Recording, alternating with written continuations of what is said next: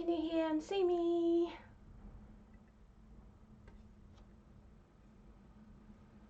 Let me know if all the video and audio is working well.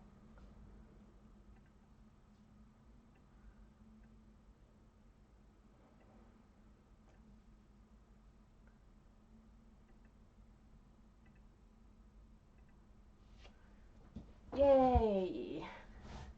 We're slightly more focused out today. Focused out? What am I talking?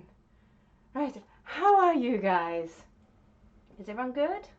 I'm just gonna fiddle with some settings on the camera, like taking the autofocus off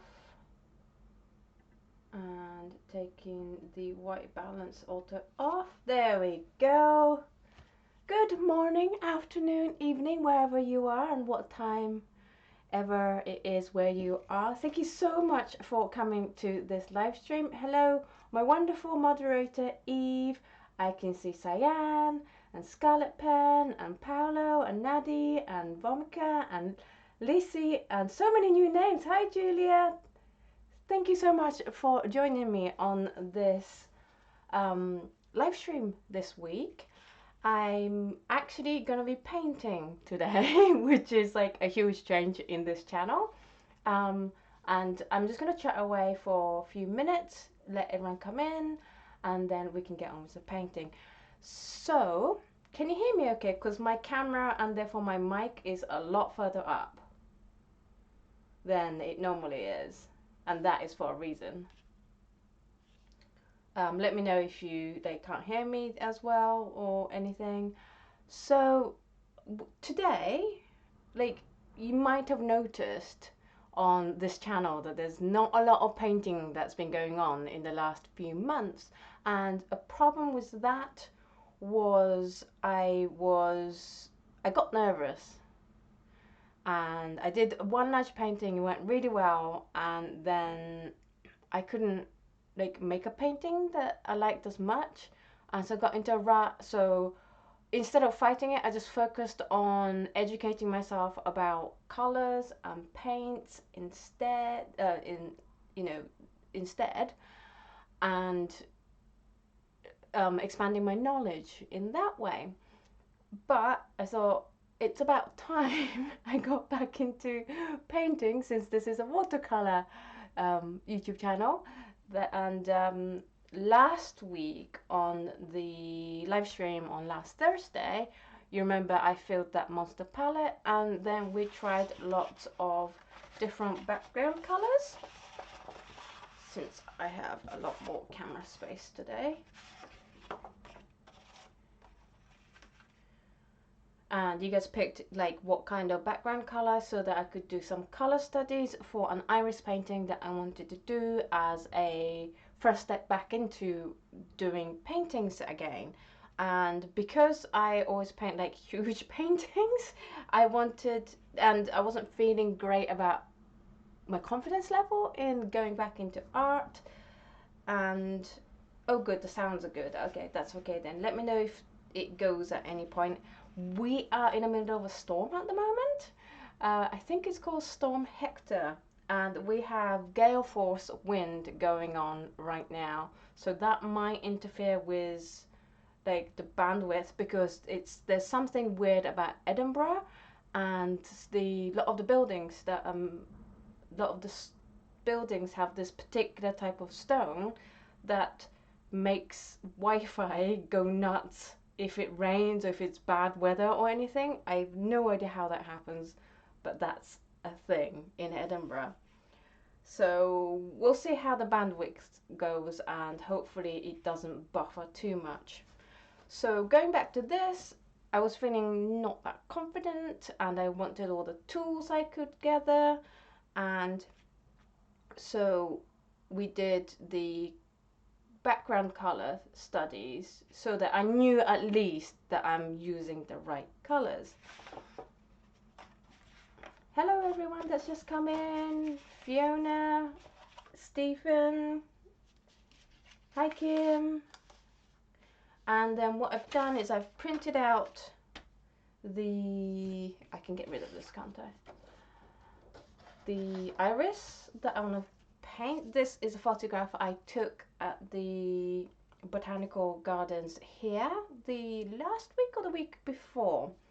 They were in bloom, they are gorgeous, and I just had to paint them. Basically, this flower is getting me back into painting because I saw the flower and I was like, I just have to paint this. So I printed it out, and what I've also done is printed a monochrome one out. Now, I know some people might call this cheating, but to me, it's actually it makes less sense if you have the tools to easily do something that's going to help you make better art and make that process easier. Then I'm in the camp of why not, let's use it. And so instead of like doing a manual value study, then I just have this monochrome to help me figure out where the lights and the darks are. Hi Genevieve. Yes, we haven't had much rain in this storm, just a lot of wind, and I'm really concerned about the squirrels in the tree. I didn't think about it until my husband mentioned it, and last night about, oh, squirrels, hold on tight. And now I spent all morning being really worried about the squirrels. So, so I'll put this aside. And the reason why the camera is so further out today is because this still barely fits. I'm going to put it this way so you can see the whole thing. And it's playing havoc with the brightness, so let's bring that down a bit. And I'm just going to adjust some values so you can get a better impression of what this color is, because that green is very, like, almost neon green. Oh, thank you, Genevieve. Yeah, I don't think it's cheating at all, but I know some people will be like, oh, that's cheating, because people like to get their nose into how other artists create and call it cheating or it's not proper art or anything. And to me, I'm like, well, you know, if it makes your life easier, just do it. That's what we invented these tools for, right? I mean, you're not gonna try to move a car in a square wheel and call people that uses circular wheels as cheaters, are you? So I'm gonna put this here. And then what I'm going to do is, once everyone's had a good look, I'm going to zoom the camera into like each specific area I'm working on so you can see better what I'm doing. But so far I had 2 painting sessions, so about 3-4 hours of painting so far. And what I first did was do the background. And so I painted the background, and the lines were done, the outlines were done with a water soluble pencil coloring pencil in black. It is the Staedtler, oh, the autofocus is off, sorry. It is the Staedtler Carrot Aquarelle in the black. So that's what I used, and I did it on dry paper, and then just to set the pencil marks, I spray it with fine mist water spray. And what that will do is it kind of makes the lines bleed but still have a nice dark line, which I really like having in my art. So yeah, and sometimes I do go back in and draw onto damp paper with this, which makes really strong lines, which is really nice as well. Oh, I'm really glad it's making you want to paint. So I did the background in the green gold by Daniel Smith that we picked up on last week. And I'm sorry, my nose is stuffy today. And I just did that, a big wash. And I used a size 16 Escoda Ultimo brush, and oh my goodness, this brush made my life so much easier. It was amazing. It was just like la la la la La la la la la la la, all done. It was so fast and so satisfying. This is a great mop brush because with mop brushes, I tend to find that you don't have that fine a control. Whereas with this one, because it's not technically a mop brush, it's just a really big brush that soaks in a lot of water. You still get a fine point and a good control of where your paint's going to go. And so I highly recommend it. It's the first time I used it to do a big wash with lots of detailed lines. I literally used just this brush to do all the background. So that's really cool. So I'll put that back. And then what I did was I mapped out the colors. So I just got the pink and the blue and decided which area was going to be more pink and which area was going to be more blue. So that was the underpainting. That was in one session. And then I've just been doing layers. Oh, and I did masking tape, fluid. I'm sorry, I had a really mega hectic day today. I woke up this morning and we decided we were going to go and get loads of baskets because I needed loads of baskets because there was new bookcase coming for the studio and I needed some way, some containers for it. And we knew that the bookcase was coming at 12, so we ran out, got the baskets. The bookshelf came at 12, had lunch. My husband built the bookcase for me, and then I've just been playing with baskets. So I've not actually had a moment to just sit down. So I might be slightly flitty and not quite with it today. So you have to forgive me for that. But I've placed all this light blue is actually just masking fluid. And what I'm hoping to do is build more depth and value into this painting in this live stream, and then hopefully we'll get to peel the masking fluid off, reveal the white paper underneath, and then maybe tone it down if it needs to. But when you look at this photograph, those bits are pretty white. So I don't think I'll turn it down too much. Maybe just a little bit if it looks too standy outy. So yeah, that's what we're gonna do today. Any questions before I start painting? Oh, thank you so much for your compliments. This is actually my first floral painting in watercolor. I've done it in acrylic. I used to love painting big flowers in acrylic, and this is my first time doing watercolor.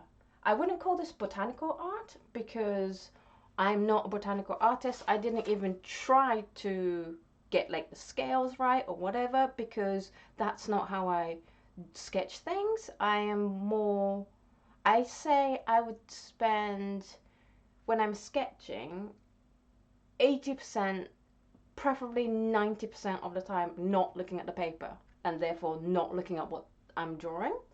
And so it's like a semi-blind contour drawing, and I feel much freer when I do it that way.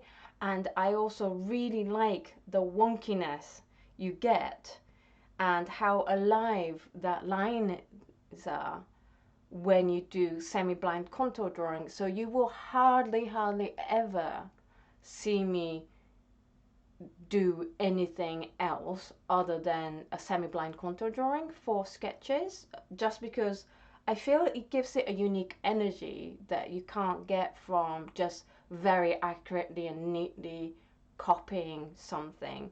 And I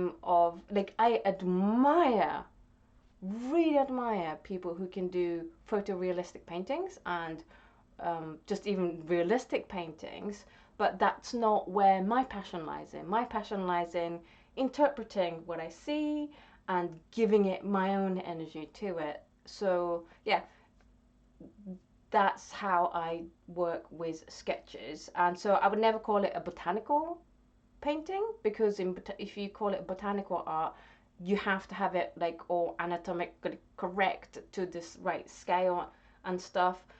So that's why I just call mine floral paintings. But this is my first floral painting in watercolor, so I don't really know what I'm doing. I'm just kind of winging it as I go. So if you see me make or about to make mistakes, then please stop me. How are you guys doing in the chat? Is the chat still okay? Because I've noticed that it hasn't moved in a while.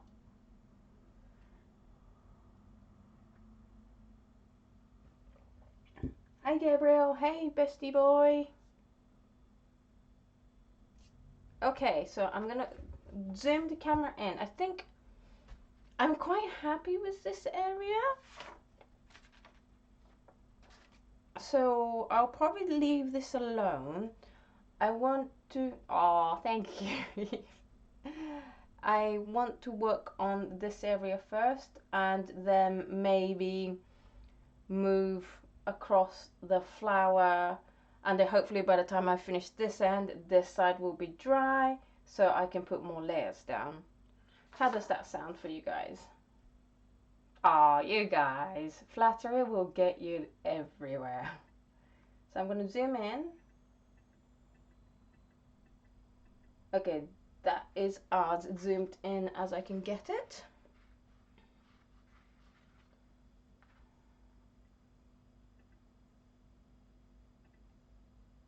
Right, so the colors I'm using are from my, I'm a little bit scared, so my studio palette, you know, my standard one.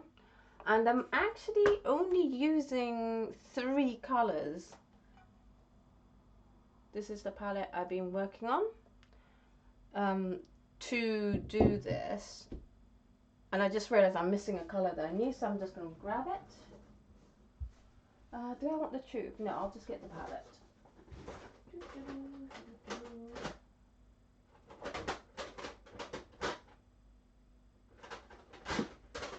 Purples and blues, Holbein. There we go. No, I need to get the... no, I should be okay for now. So I'm just spritzing my palette. So I'm using 3 colors. One, the pink is the My Dear Beloved Quinacridone Rose. The purple or the violet is the Daniel Smith's Carbazole Violet. And then the blue is the Phthalo Blue Red Shade by Holbein. And so yeah, this is all with 3 colors. I kind of want to keep it to a limited palette because it's very easy for your painting to go out of control if you use too many colors. And as I said before, because this is my first painting back in several months, I wanted to make my life as easy as possible.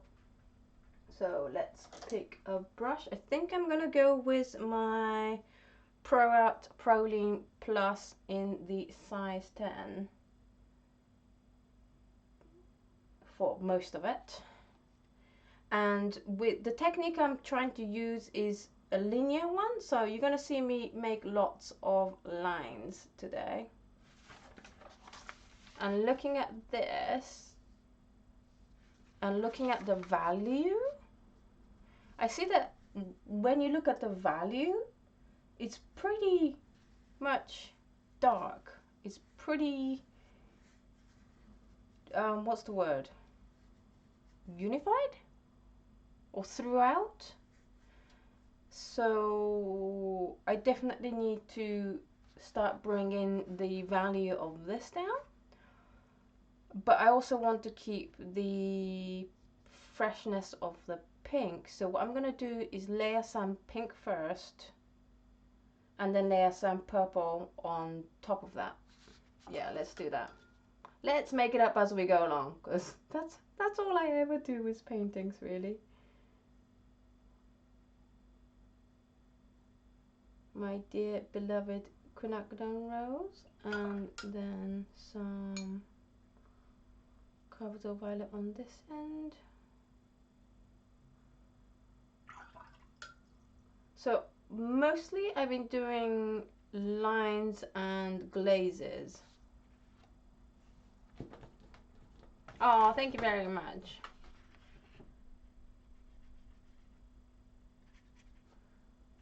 Okay, let's try that.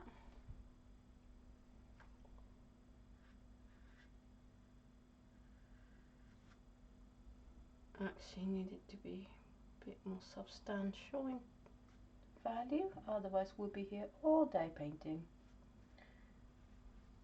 So how you guys been this week? What kind of week have you guys been having? If you had to describe it with one word, what kind of week have you had so far? Oh, I'm really glad this is your favorite flower, Nagi. It's always good when you get to paint or you see paintings of flowers that are your favorite.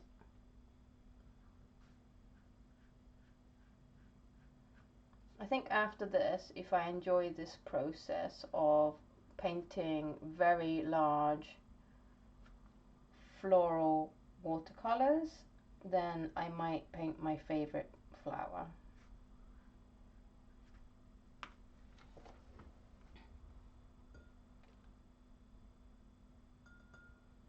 Oh, thank you very much, Vivian. You've said sugar. Yeah, I've been having that kind of week too. I definitely had way too much sugar.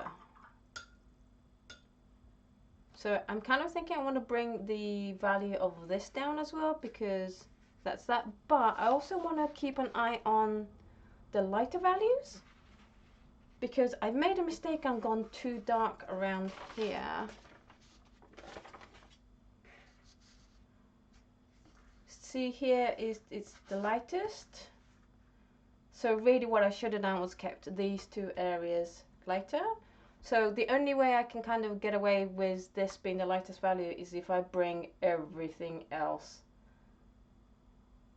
a little bit darker. And I'm hoping that will work. We'll see. Because none of these colors left once it's dry. So yeah, we'll see.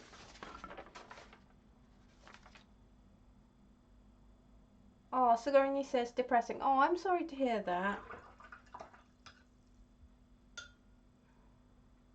It's not good when you have a depressing week.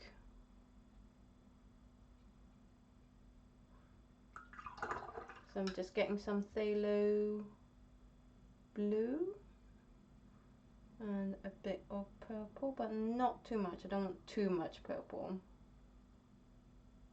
because I can always add more purple on top. Mixed week. Tired, busy. Got my schminke. Yay! What did you get from schminke, Vivian?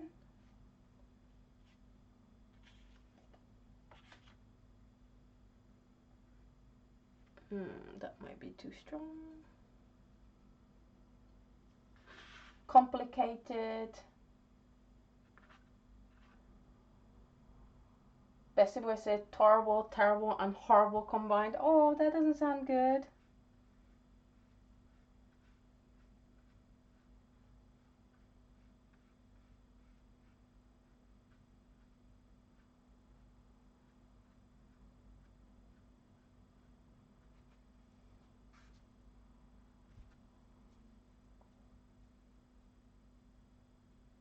Cyan says, I slept 4 hours, have back pain, and probably coming on Saturday. So mixed, I would say.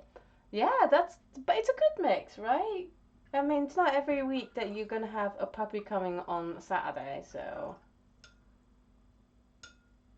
Bumka says, complicated week. Excited for Jean Lawson's new course. Do you know her? No, I'm going to have to check her out. What kind of artist is she, or what kind of art does she teach? I think I want to go even more blue.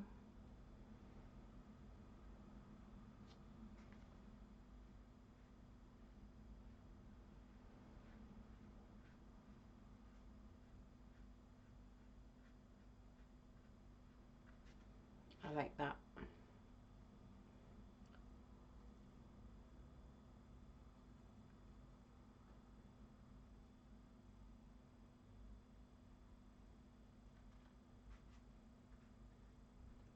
Let's bring the value of round just here down, but not too much. Yeah. And then I need to bring the value of here down because this is much darker. There's a little bit of lightness which I've masked out for later, so I can bring this down a bit, I think, so that this petal here stands out a bit more.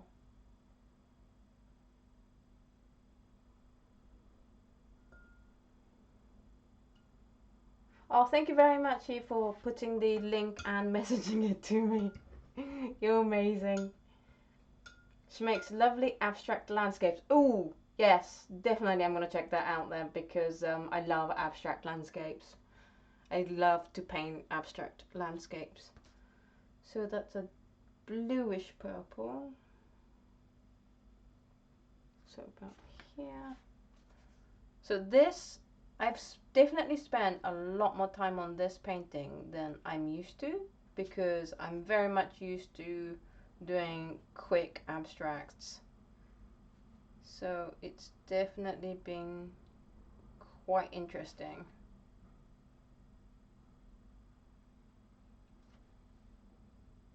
To just keep coming back to it day after day, because this is my third day of painting this,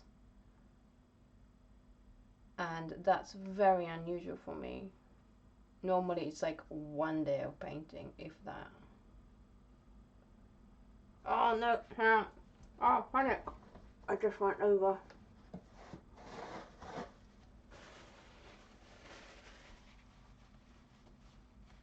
Oh, phew. I've noticed that with Carbazole Violet you can almost pretty much lift it off if you don't let it dry first. Okay, good. Disaster avoided. I'm just going to try lifting this area as well. Vivian says, getting my schminke and knowing I won't be working with my former superior are pretty great stuff. Yeah, that is awesome. That is really great. So these are quite light and I've gone too dark here, so I'm just going to see if I can lift this area a bit. I'm just wetting the area, because if I can lift it, then I can turn it into the right value afterwards.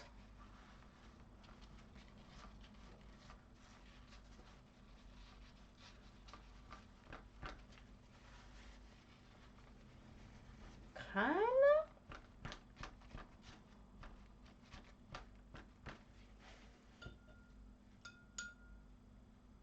It's gonna come off messy and blotchy. That's okay, because we can put more layers to even it out.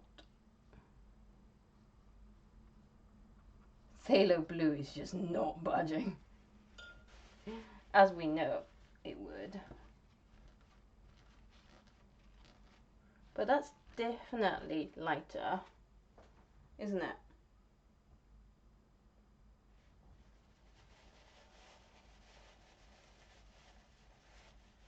Vomika says, I'm at least got caught up with the 30 by 30 challenge. I need to still post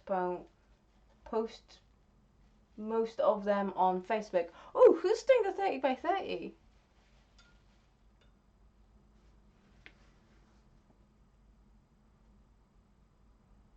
Just gonna give it one last try.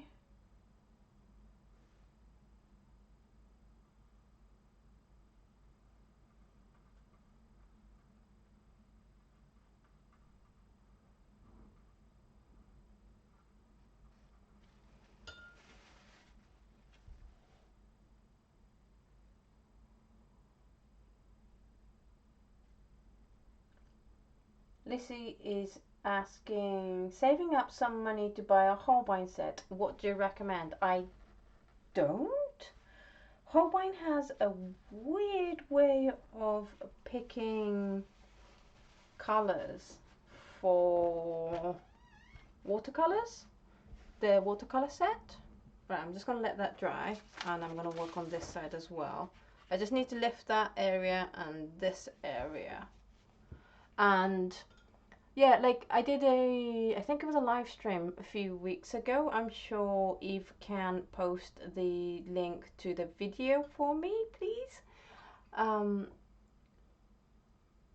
But I did a live stream where I looked at the introductory set, which is like your first impression as a beginner. And it's, some people like it, and I can totally see how it will work for somebody. Some people, like anything, you know, it's always going to work for some people, and other people are going to be not as happy about it. But I don't know, it's just, they have such lovely bright colors in their range, and yet they've gone for like the more muted tones, which I can understand for a Japanese market, right? Because they don't like as brighter colors, particularly because a lot of Japanese watercolor artists do use it for landscape and floral. So because it's like, seeing watercolor is seen as the hobbyist's art, sadly. And if you are serious about watercolor, water-based medium, then you do, you know, the Japanese painting using the iwa enogu called Nihonga. And that's better. I'm just going to do that last bit. And so because of it being more for hobbyists, it's mainly landscape and floral or botanical artists that uses it, and therefore it is the more muted tones, because you're not ever gonna need a really bright color for your landscape, which is fine, apart from the fact that that set is not available in Japan. Like I looked around and I can't find people selling it. It seems to be an overseas thing. I might be wrong, but I did troll their old website and checked out all their news, and there was nothing about it, and they usually write about all their new sets release. No, not mentioned there at all. So I can only assume from those data points that it's an overseas only set, and that does happen a lot for Japanese brands. I think Turner, the acrylic gouache, I think, has way more colors available overseas than they do in Japan, because I did see a tweet. Sorry, I know I'm like going into lots of different directions in my conversation. It's what happens when you don't have somebody like interjecting and keeping you on the straight and narrow.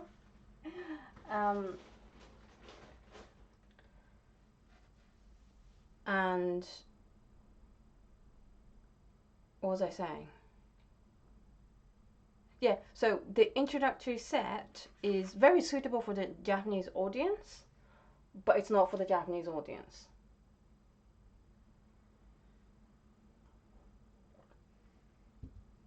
And so if you try to paint brighter paint, it depends on what you want. If you are looking for the more natural looking color set, then that introductory set is brilliant. I do tend to find that most of their sets contain all the more muted, more suitable for landscape and botanical paintings. So it depends. If that's what you're into, then I think you can pick any of them, just depending on your budget. I also don't recommend paying a lot of money for it. If Holbein is the same price at, say, Daniel Smith's or M. Graham's or wherever, because depending on where you are in the world, then get those nicer ones. Holbein is great, I love it, but only because I can get them so cheaply from Japan. And I think Canada, it's not too bad. Is that right? Tangenting. That's exactly what I'm doing today with my talks.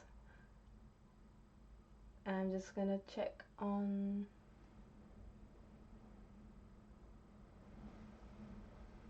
Vamika said, my sister and I are doing 30 by 30.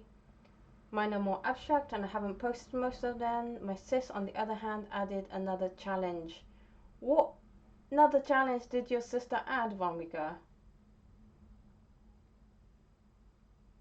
Thank you very much for adding that video link, Eve.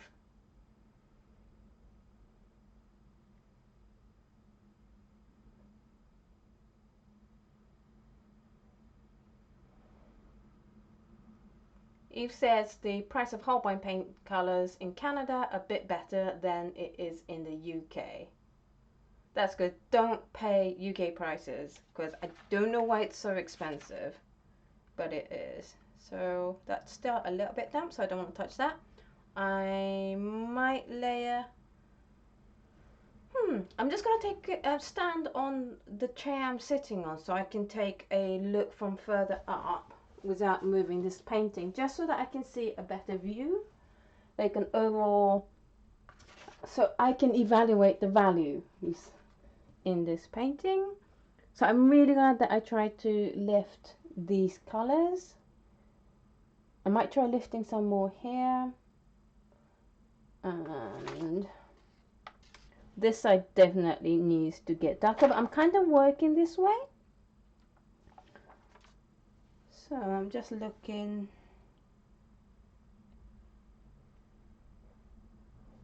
I'm really happy with the pink here. I'm going to tone it down with some lines of purple once this dries. I think, because that's quite dark, the thing is, I do want to darken this, but I really like these colors. So I kind of want to leave it as it is as well.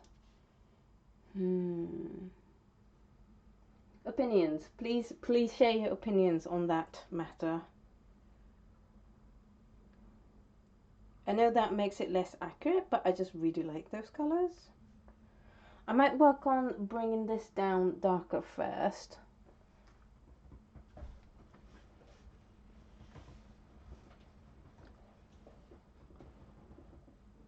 Oh, you're very welcome, Lizzie. Yeah, if you like muted colors, then just pick any Holbein. You won't go wrong. Apart from maybe the new botanical palette, they are pretty bright colors. I think I can show you.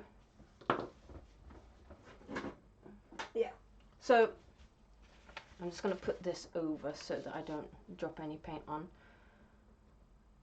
So this is, they released they had a botanical watercolor set that was designed by a botanical artist ages ago, and then they just updated it. It's still being curated by the same artist, I believe. They released it on the sometime in May. I want to say 11th, but last month, and I didn't get the set because I have all the colors. So what I did instead was just make a palette of it instead. Why have we gone so bright already so far? Yeah, we have stormy winds and it is sunny. It is so sunny outside as well. Scotland's weather doesn't make sense. Also just gonna help it focus a bit more. Do you want to focus better? No? Okay, you're not playing ball. That's fine. So this is the botanical set, and you can see it's really bright colors. So if you want muted colors, I wouldn't recommend the botanical set. Certainly the new one. The old one is weird because it has black and white in it, and I'm like, have we not gone past that stage? This age of having black and white in very small sets of paints? You know, like, yes, black and white have their uses in watercolor.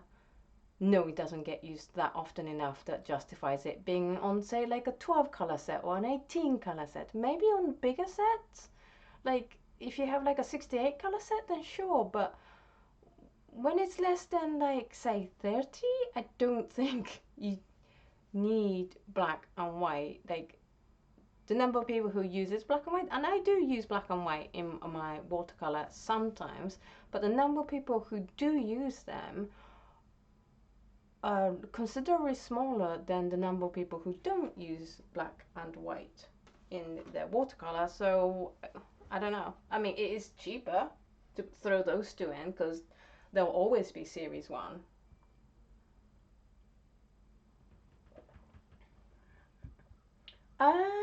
Vomika says she's using a dice roll palette of 6 colors and changed to another dice roll palette after 7 paintings because she got that from Miami Kapow. Yeah, I saw her video on the dice roll thing. That was really cool.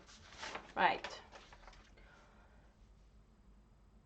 Genevieve says leave it. Yeah, I really like it as it is. It's a really soft color and sun's just gone in.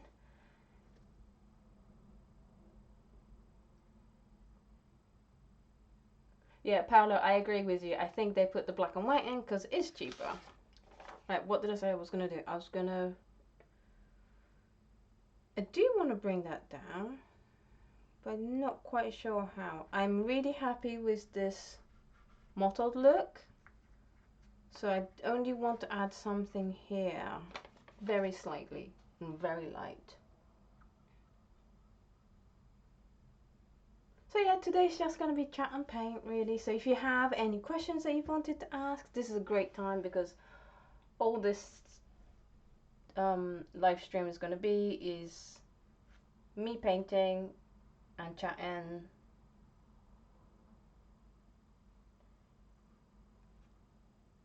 And painting can be a very slow process, which is weird for me to do.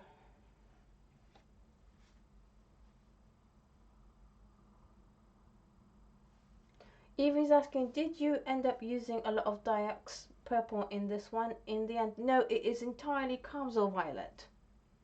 So it's Camzo Violet, Quinacridone Rose, and Phthalo Blue Red Shade. Is that Diox? Is Camzo? Hang on, I need to check. Is Camzo Violet Dioxazine Violet?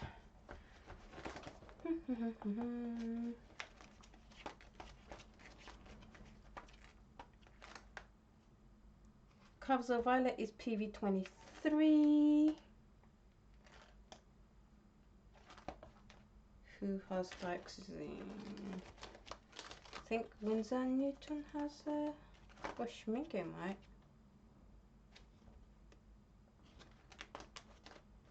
So it is going to be a slow pace. Oh, it is. Okay, thank you. Thank you. Then yes. I'm sorry for my lack of pigment knowledge.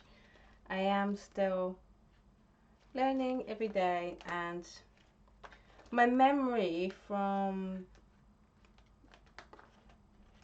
So I talked about the memory lost as a side effect of the medication I was taking, and that still haven't come back, which is really frustrating because I know what I used to know about pigments before I went on the medication. Like, I would have known that Camzo Violet and Dioxazine Purple is the same thing, and I just can't remember it. Yeah, so Senelia has a Dioxazine Purple here, which is PV23, and Daniel Smith's Camzo Violet is also...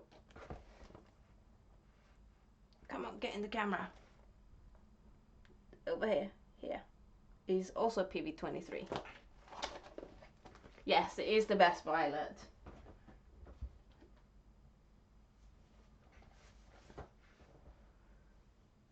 Hello, Spyro.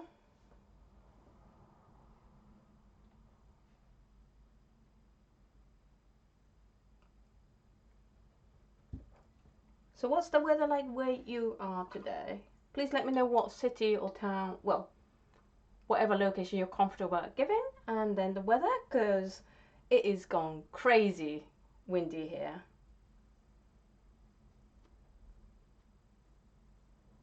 it's fine, Kim. I didn't take it like that. It's okay. Don't worry. So I'm slightly concerned that it is too hard. So I need a tissue and just, I want to go in there and soften that edge before it sets too hard. There we go.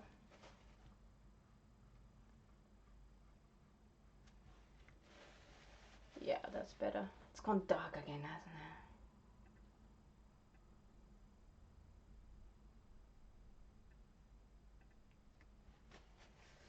Montreal is rainy and grey and nice and cool.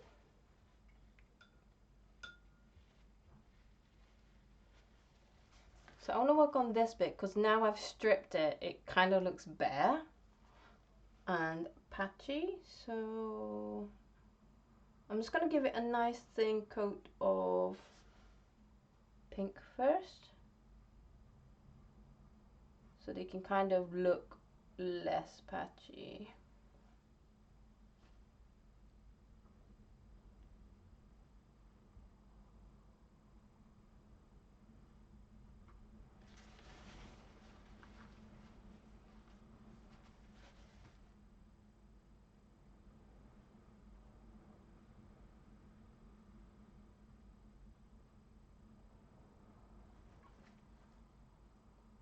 Now I have an issue in that this petal and this petal is the same value, and but when you look at the black and white, that's a lot lighter than this. Oh, I don't know.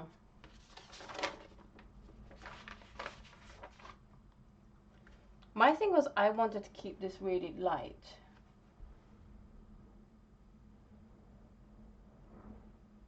But I kind of have to take this down, don't I? And then maybe make everything else really dark. So I might do that right now. Make things really dark.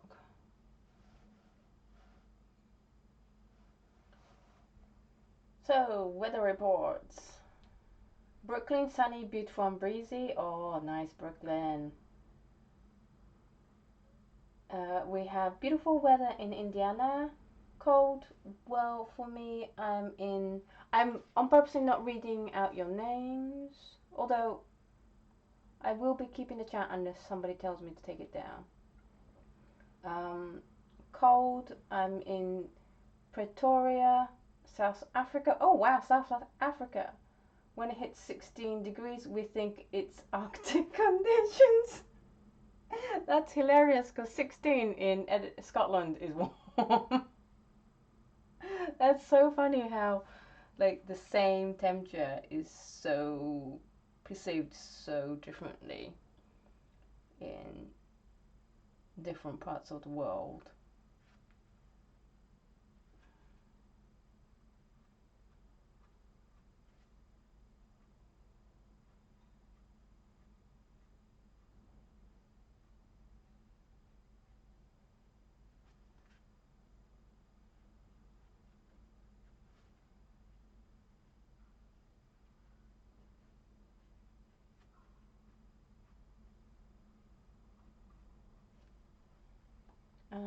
Jakarta, always hot.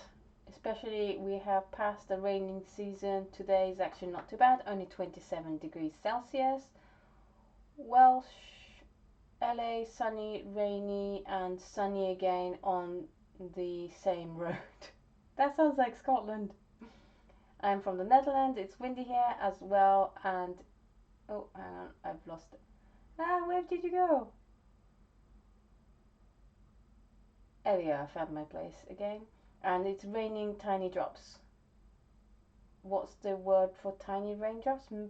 Not mist? A fine rain? Finland, it's currently 20 degrees, no wind, and really heavy feeling in the air. Oh, that's not nice. I bet it's gonna rain soon. Hello, a little creative. How are you? April, is it? I'm really sorry if I got your name wrong, but I think your name's April? What background did I choose? I chose green gold. I really liked how it looked, so I went with green gold in the end.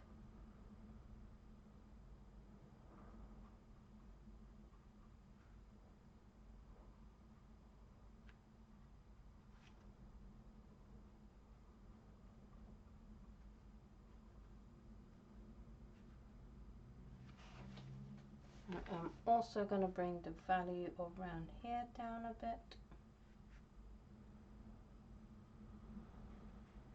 Although I can't go much darker than this already.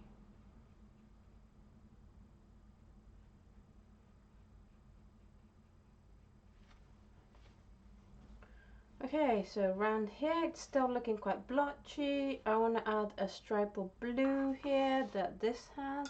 So let's do that.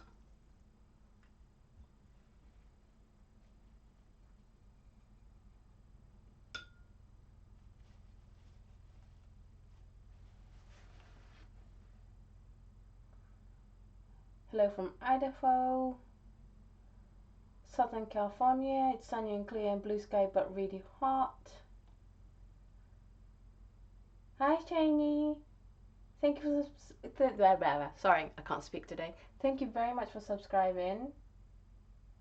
Oh, welcome to your first live stream from my. Whoa, that's way too blue. Emergency. There we go. Goodness, that was a bit blue, wasn't it?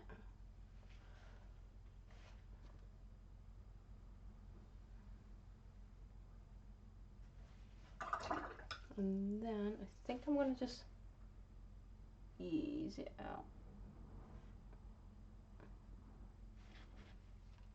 So I've just got clear water in my brush, and I'm just dragging it to blend it in a bit. Because I don't want it too blue. Still too blue, but never mind.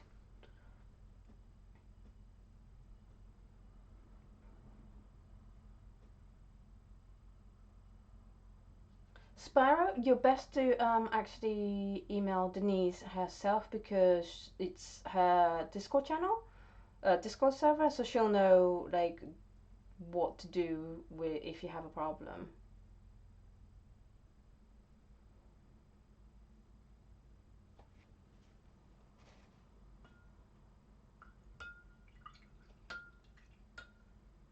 Oh, happy birthday, Stephen!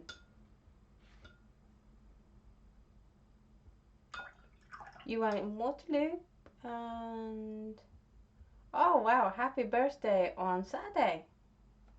Question from Vivian. I noticed on my Schmincke paints they have warnings about the chemicals in paints. Should I take precautions? So all paints have chemicals in them to certain degrees. I think precaution wise, the general rule of don't eat paints apply to any paints of any kind, of any brand. Doesn't matter if it's made out from natural stuff, don't eat your paints, right? And besides that, it depends on if you have sensitivity to certain chemicals or not. So yes, if you are prone, or if you have serious health conditions, then you should anyway with any paints. But I mean, at one point I got really worried about this, and then I kind of got over it. I was like, no, it's fine. Oh no, that's way too purple. Hang on.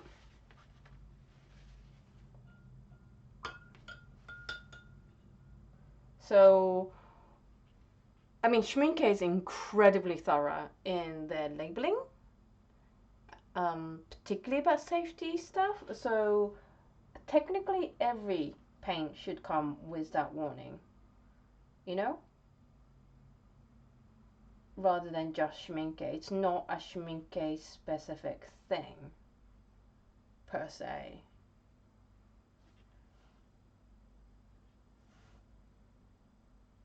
So don't eat your paints, don't drink your paints, don't drink your painting water. But other than that, it's fine. You only have to really start worrying about toxicity goodness, I can talk. I can speak English, honest. You only have to start worrying about the toxicity, there we go, of paints. Oh, I'm starting to peel this by accident because I'm leaning on it.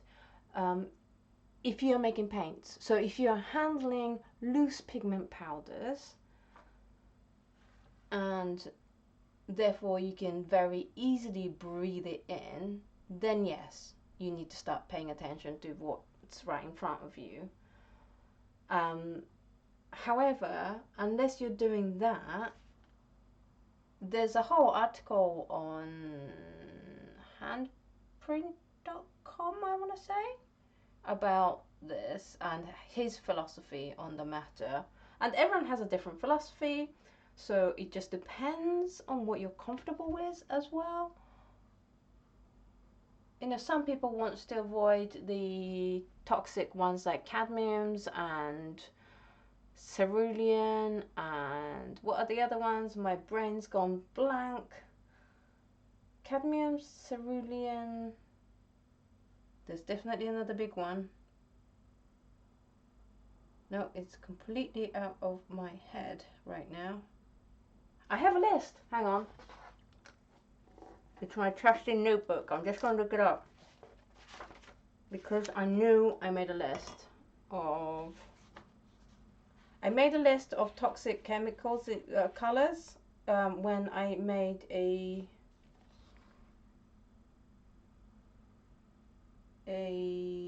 when I did a paint swap with Sade from Sadie Saves the Day, because she avoids them, and that's totally fine. Everyone has their personal choice. Sorry, I'm just going to have to look through my notebook for this. And so I did make a list, because what I did was I looked at the Holbein's whole range, and she also likes to use single pigments. So I made a list of single pigments that were non-toxic to send to her. I'm just going to look through. Oh, it's raining now. That's just what we needed. Sorry, I'm just looking through my notebook. No, okay, no cadmium, no cobalt, no cerulean, no manganese, and no viridian. And obviously lead, but I mean, in watercolor, can you even get lead-based watercolor? You definitely can still get lead-based paint in oil paint. I think it's called flake white. But I'm not sure if you can. Cyan says she has one really old pan of Winsor Newton's lead yellow. Pan even feels heavier than other pans. Yeah, we definitely had it in the olden days, but I think most of them, of the lead-based ones, have been removed. So if you're handling, like, if you're sensitive to those, then yeah, definitely avoid. But as I said, Schminke is very good at putting safety data on, maybe even too much. So I know it can feel scary, but it's nothing to worry about unless you are under some special circumstances, if that makes sense. Does that answer your question? That's still way too dark. I'm running out of palette space to make thin washes.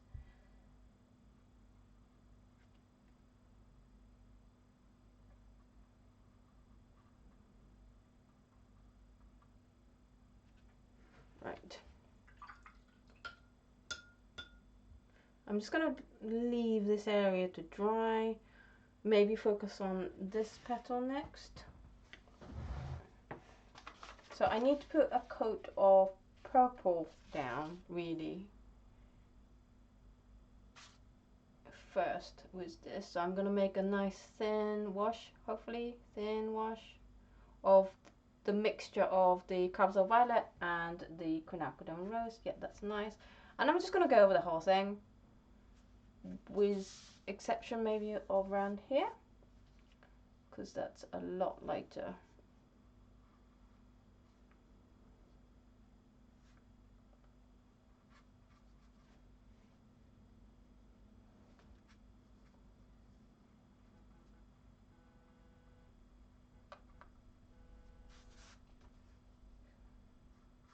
Sorry about that noise. I apparently got a text. Nobody texts me.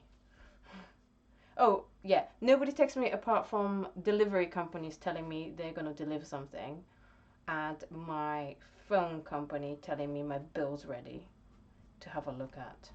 I don't know why my phone company does that. I'm like, I know when you're releasing your bills. It's fine. You don't have to tell me.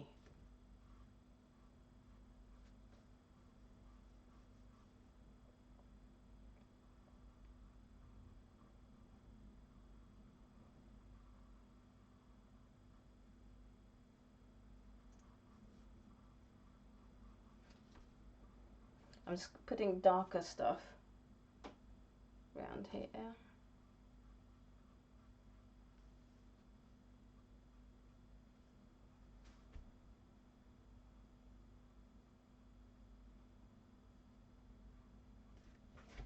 I don't like that.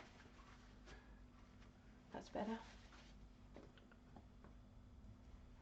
Right, Cyan says pan from my local art store and label was super old looking. Definitely not in production anymore. If Dan from Penholder Art was here, he'll probably be able to tell you when that's got stopped. When it stopped making that paint. Because he knows a lot about retired paints.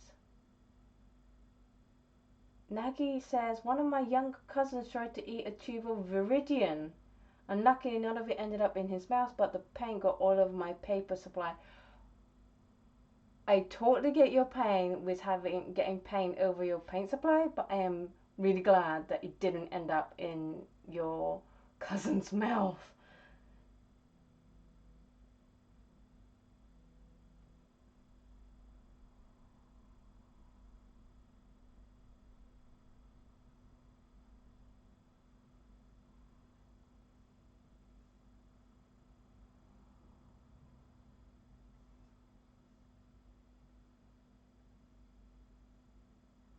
What's toxic fumes and melted pans? Sorry, I just need to catch up.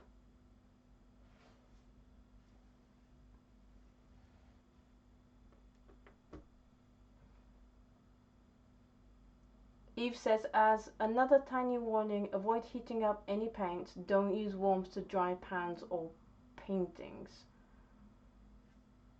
And then she says, I haven't but heard bad stories, toxic fumes, melting pans. Wow. Okay. Thank you for the warning.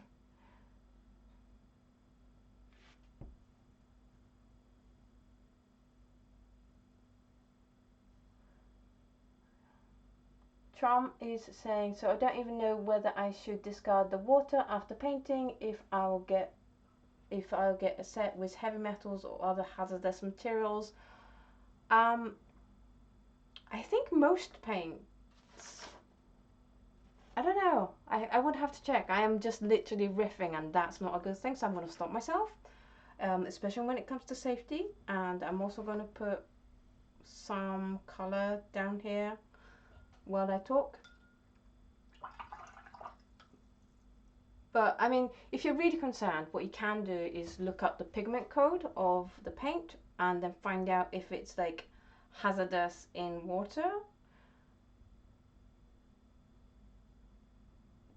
But yeah, if you're concerned about your health and also about the environment, then definitely go for things that you know are going to be safe in those contexts. I need more strips of paper. Do I want it pinker? Yes, I want it pinker. And then lighter. Yeah, that's nice.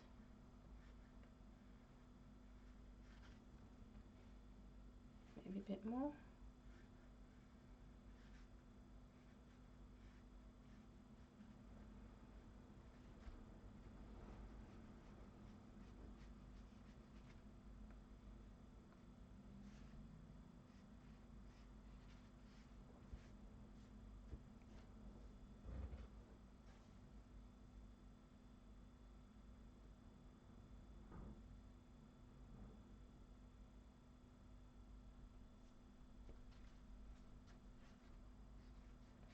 So I'm just adding more pink to this petal here and trying to increase the value of this petal in like against these two so that this looks lighter in the long run.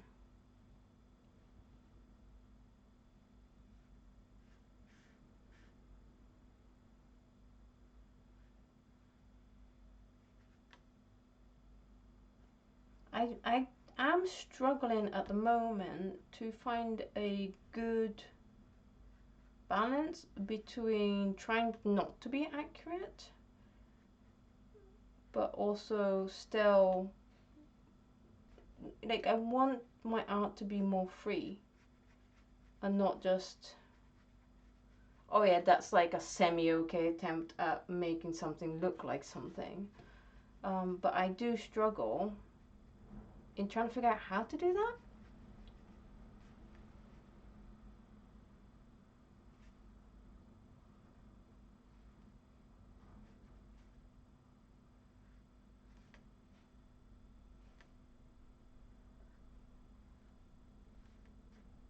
I don't know if that's something you guys also deal with.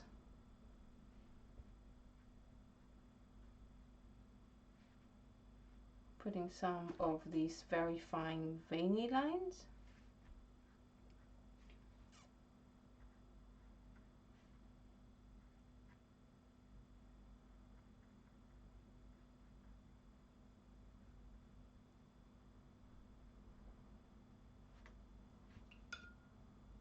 Don't want to go too dark there.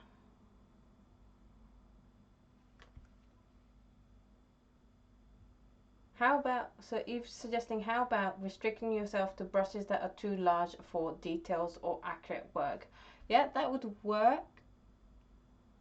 I can definitely try that, like maybe in the next painting, because if I change now, I think some of it will look a bit odd. But that's definitely a really good technique. Thank you, Eve.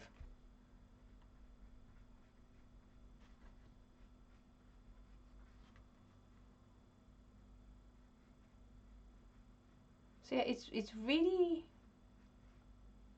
it's definitely a struggle to trying to figure out, trying to figure out where you want to be in the scale of realistic and abstract, and you know, if you want to be somewhere in the middle.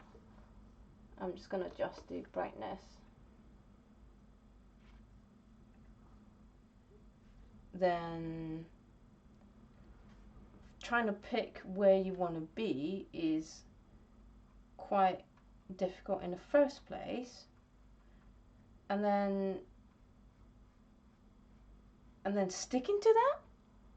So part of my problem is I don't really know how abstract I want to be. With this painting, and then just with, you know, my style in general, and then to be able to stick to that. The struggle is real, y'all.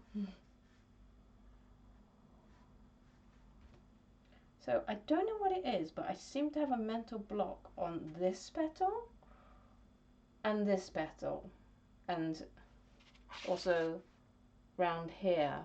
The left hand side I'm really happy with, but I'm really not happy with the right hand side. It's definitely going through the ugly stage, and I really, this is where some knowledge in how to paint botanical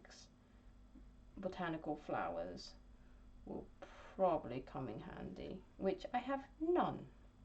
I do that. I do tend to just, I don't know if you guys do this, but I definitely take on subjects and painting I have no knowledge of how to do. And they go, oh look, I don't know anything. I'll just do it anyway. It's how I ended up making my Doctor Who blanket for my husband. I don't know if you guys seen my Doctor Who blanket, but basically I made two very simple blankets in quilting, and then I said, oh yeah, I can totally make a more complicated one. So I made this really complicated one that took me about 130 hours to do. majority of which the design, I had no idea how I was going to make it happen. I just thought, I'll figure it out. And I did figure it out, but now knowing what I know that was needed to make that blanket, I don't think I could do it. Like, go, yeah, I can totally do that again, because that was a bit insane.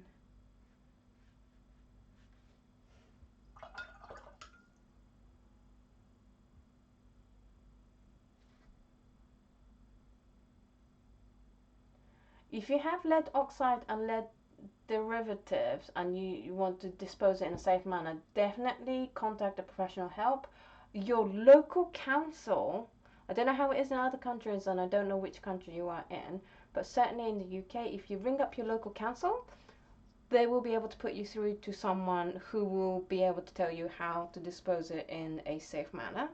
So that's definitely a good place to start your search.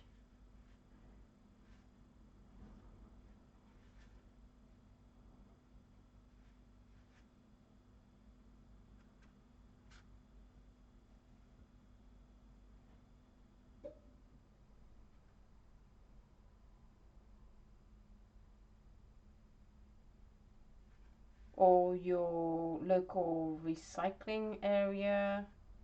Yeah, I would try ringing your local council first, or whoever is in charge of recycling in your country and your area first, because they should be able to tell you, oh, take it to this place and we'll handle it.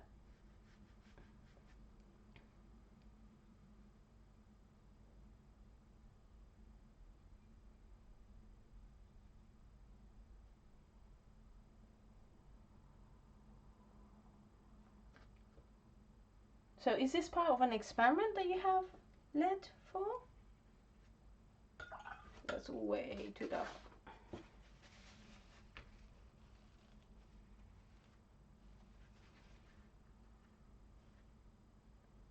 I want a little bit more purple and lighter.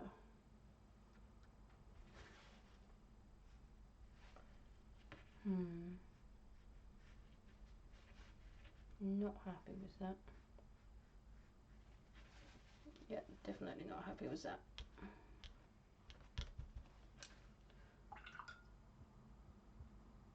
I'm going to try to mimic this area, so I'm going to put a coat of pink down first. And then I'm going to let that dry. And then come in with some lines later. Right, and then we are on to this. What can only be described as a monstrosity that I'm not quite sure what I'm going to do with yet, but I'm going to have a drink first.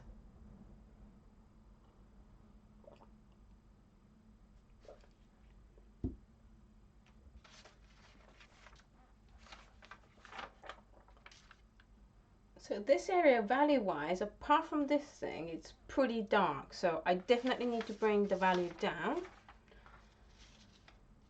And I also want to tone this more pink to kind of match this pink. So I think I'm going to put a layer of pink down first. When in doubt, put a layer of color down. Is my approach.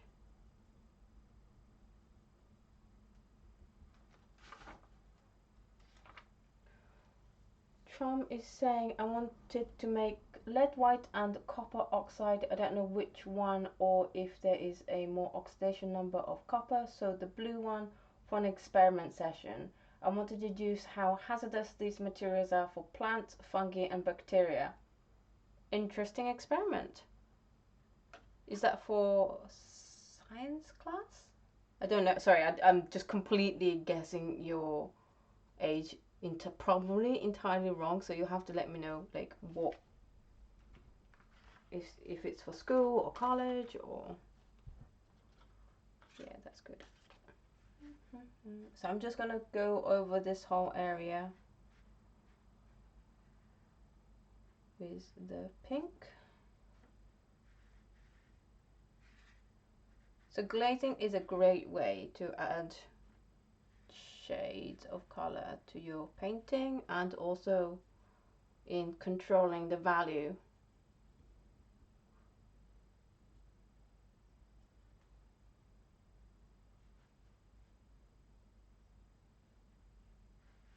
Yeah, Paolo is a really good person to talk to because he knows his chemistry, like really knows his chemistry. I'm just avoiding certain areas because I can see a few lighter areas that I kind of want to preserve, but without using masking tape. I don't know why I decided that, but I decided that a while back, and sometimes you kind of get stuck on a decision that you probably should have changed, but this is my one.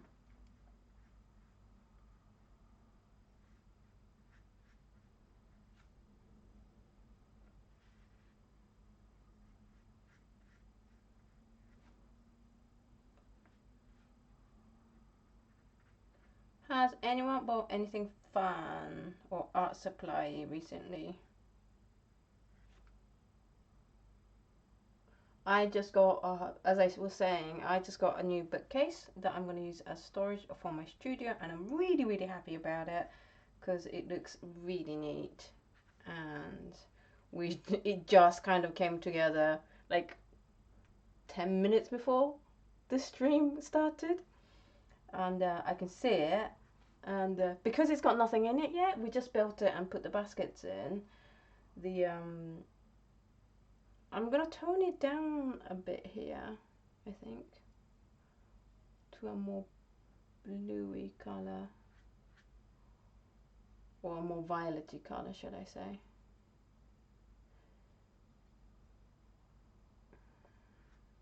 Yeah, that's nice. And because it's got nothing in the baskets, it looks really neat, and I'm very happy with it. So I bought some bookcases and some baskets. I don't know, I think storage love and being in arts and crafts are very related. And because I am working really hard to open my store very soon as I can, don't quote me on it, but hopefully within the next 2 to 3 weeks, I'm trying to create more, lots of products to have available on there. So I just need more space to be able to store them in a way that isn't just like cramped in there. And because then I worry that it's going to get damaged. So I needed a way to be able to neatly and spaciously store the products. And also I've recently gained an awful lot of paint making stuff that's just very, very quickly taking over my studio, so I wanted some space to be able to properly store those as well. So that's what I got.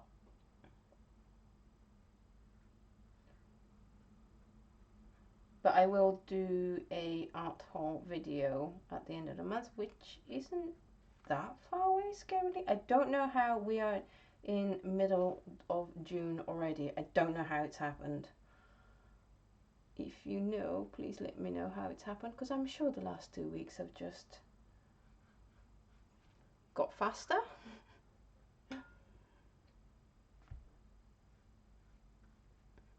Cyan says she is decluttering her workspace, trying to get my other desk and having a clean table. I have been more anti-shopping. That's always good. I find decluttering just as important as buying new stuff, particularly in a studio.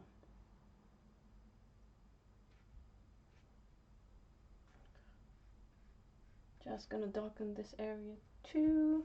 Thank you, Sam, for coming in when I didn't need you to come in.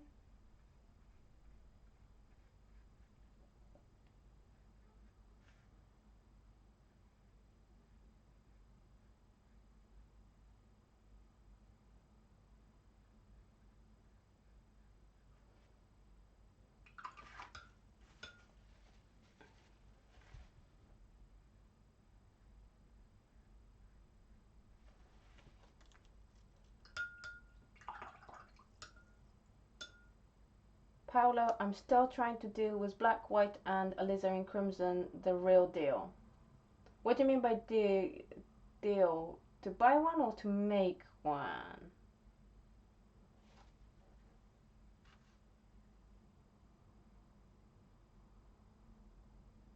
Ooh, Eve got a crema set. Oh, that's gonna be fun. Fiona says portfolio water soluble oil pastels, really fun and cheap. I use them on top of acrylics. Water soluble oil pastels are a lot of fun.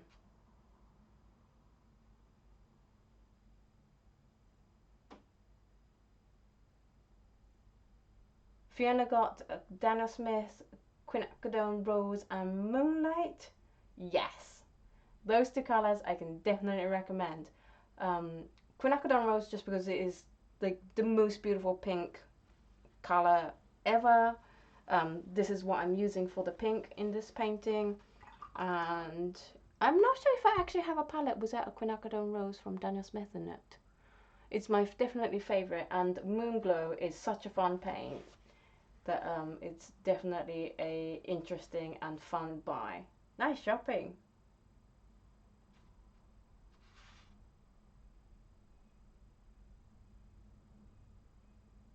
Oh, Paolo says those colours are in the Winsor & Newton set that he got.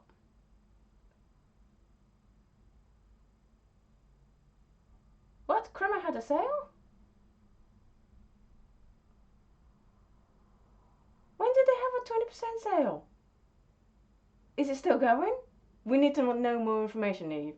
You can't just drop a 20% Crema sale on us with no details. Or is it just like the US ones? Right, how are we doing here? I'm gonna let that dry. I'm actually really enjoying the abstractness of this area. They're these bits.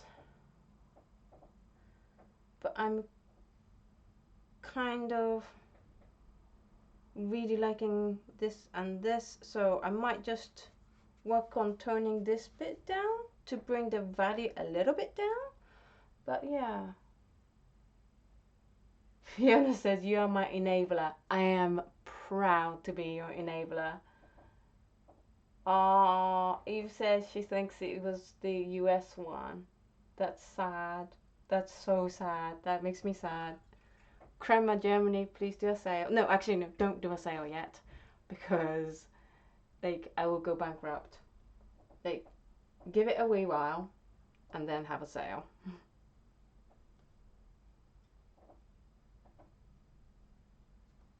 Where's my scrap piece?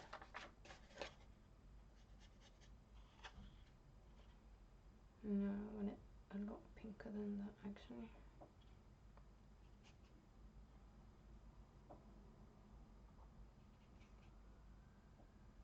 No, I don't. I need it more purple. There we go. Okay, and then I just need it. Alright, so I'm gonna start glazing this.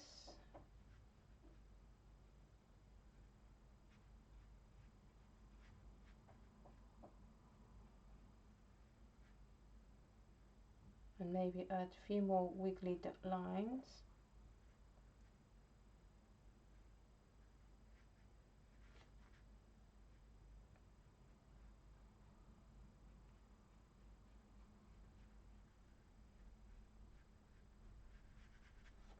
And then I want to make this a little bit darker, but not too dark, because then you won't be able to tell between here and here.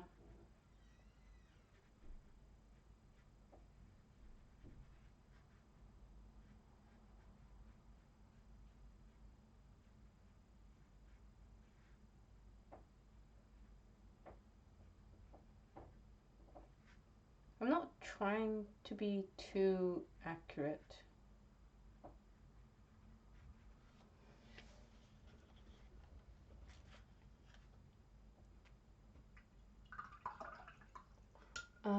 Maybe it was, it says maybe it was a Memorial Day weekend sale. That's so sad.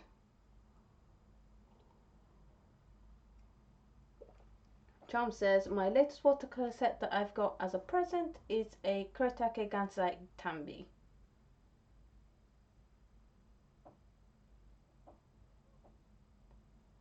So what colors, Eve, are in the earth color set?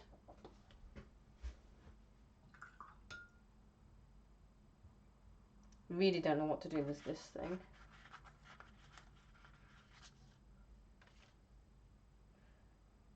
I know I need to put more lines in, so let's do that. No, I want pinker lines.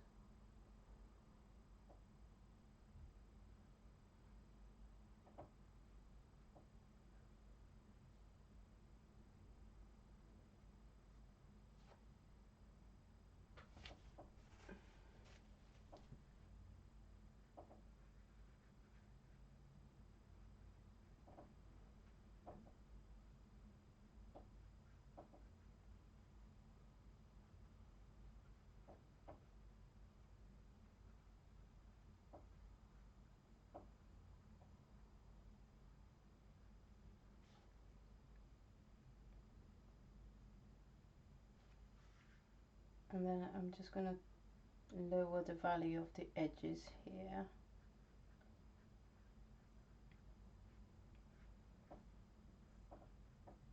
And hopefully that will make it more 3D looking. Hopefully. We'll see.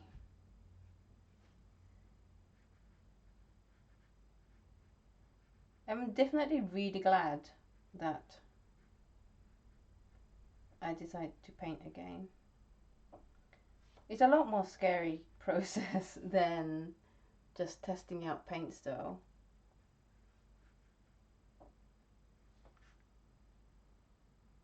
And then I'm just working on this area, just bringing the value here down so that this petal can come further forward.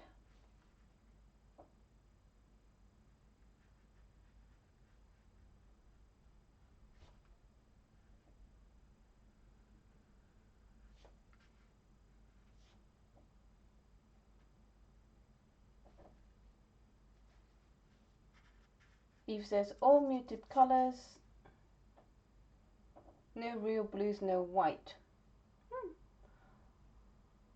Vomika asks, have you used Da Vinci watercolor before? No, I haven't.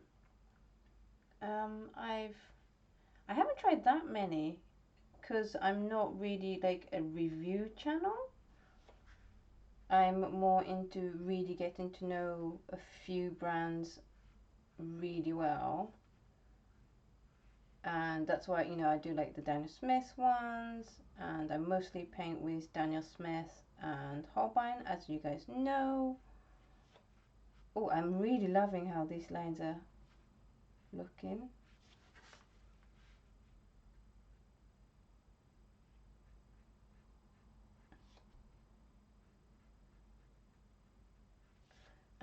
So I don't like. Have you got masking fluid on there? I do. Okay. Didn't know. I might peel that masking tape in a minute because I don't know what's under that.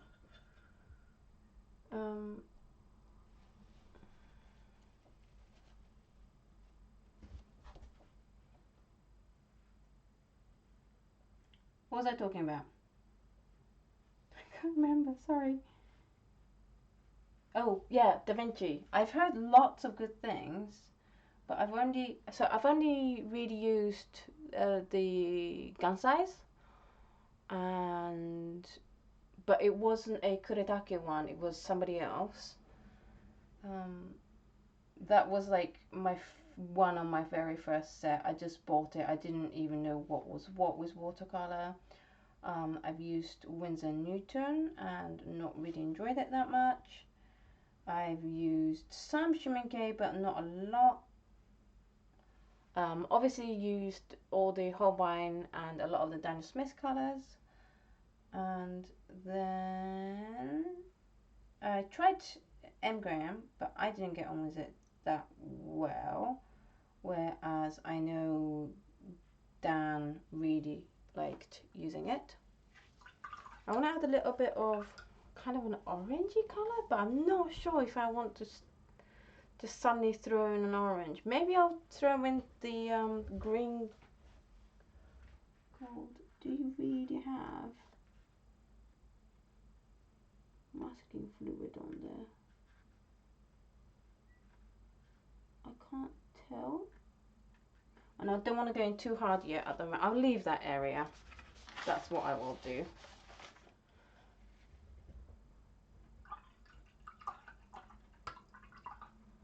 Sparrow is saying just a DIY easy paint water disposable. You can use a high quality water purification filter pitcher. Pour dirty paint water in, let it filter through, then take the filter to a toxic waste disposal site. I think that's a really great tip, but I would check beforehand whether the toxic chemicals that you actually want to get out, the part that the filters is high, like fine enough to be able to filter the actual toxic particles that you want out, because some particles can be really small. You know what I'm gonna do for fun? I think I'm gonna start removing all these. Oh, sun, hello. Why come in now? I'm just gonna lower my blinds so we can get rid of that sunlight. And then I'll adjust the brightness. So don't worry about the brightness. That can be adjusted. Like so. Now it's really dark. What is going on today? I just want the direct... Oh, it's really dark because the sun's gone behind the cloud again. Oh, the fun of doing live stream from Scotland. Right, so I'm gonna just grab my remover.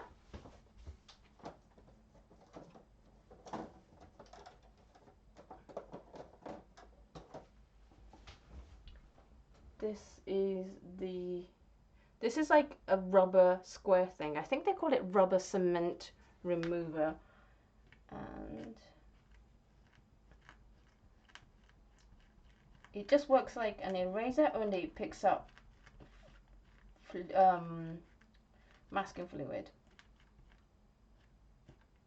I just need to see the overall balance now.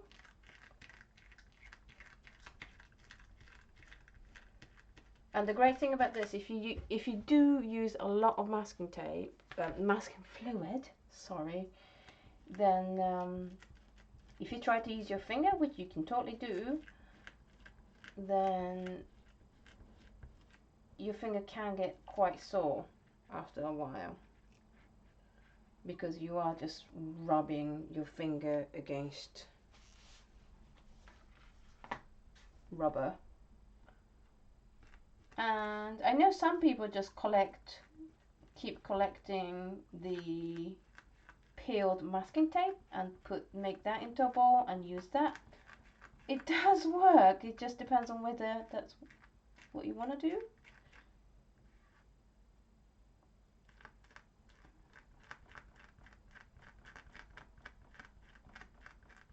I'm a little bit nervous around here because I know I put some masking tape on top of paint, and I will always get nervous, probably unnecessarily nervous.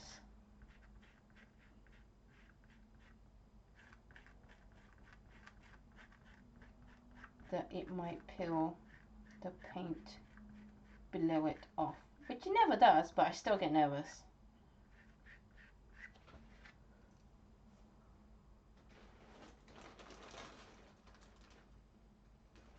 Question, do you usually prep a new palette tin or just go at it regardless of the beading?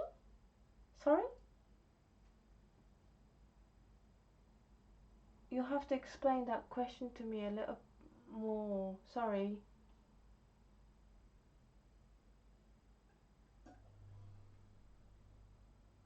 Hello, San. Where have you been? Can you either stay out or stay in, please? Because you're playing havoc with my light, mate. one more notch. There we go.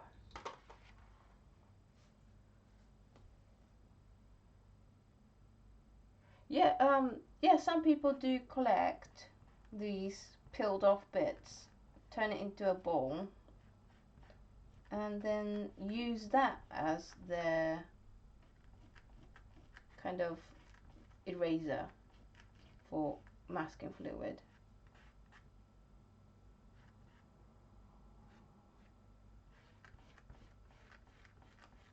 So you do have to be gentle when you go in and remove masking fluid. But they are so useful because I'm quite...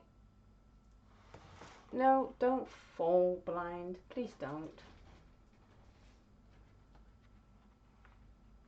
Hey Crystal, thank you for catching my live stream. I'm just removing this masking tape. So I do try to be careful when I'm peeling masking fluid. Did I say masking tape again? I mean masking fluid. You know I mean masking fluid. Right here. Was there one here? No, there's one definitely here and here. Anywhere else? Are you? No. They're so useful because sometimes my eye goes to the darker areas a lot more when I'm painting, and I can sometimes totally forget the lightest of light areas, and then I get into trouble like I do over here of not having enough of the lightest of light. So if I can just mark out those light areas first and then not have to worry about preserving those, I seem to get a much better result. And the sun just went in, didn't it?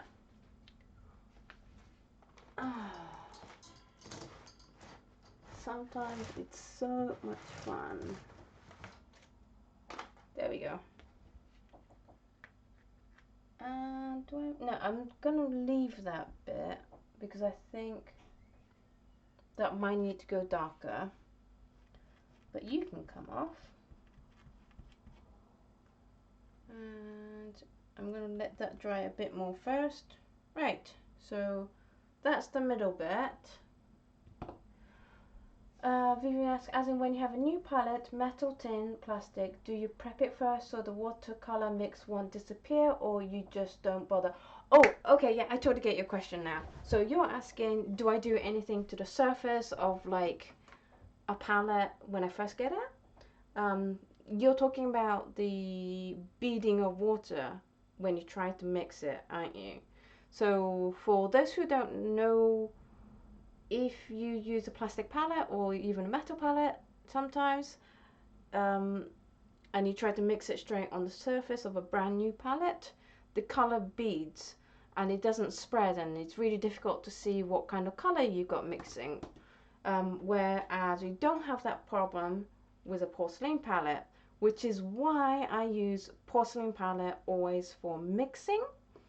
And so I choose plastic palettes because they are dead cheap, which means I can have lots and lots of different palettes, and I can have palettes that have, you know, a full range set from like a brand, say like Holbein or Sennelier, without the palettes costing me too much money, which is the case here. But I don't like mixing in them because the palette gets stained, and I don't really like mixing above a stained surface because I want to know what color the paint is going to be. So I just use them to hold my paints, and then I have just a, well, this isn't even a porcelain palette, this is just a porcelain, it's not even porcelain, it's just a ceramic plate, and it was £5, which is what, about $7 US. And I've got a few of these so that if I have like a big painting going on, I can just put this aside and bring out a new one.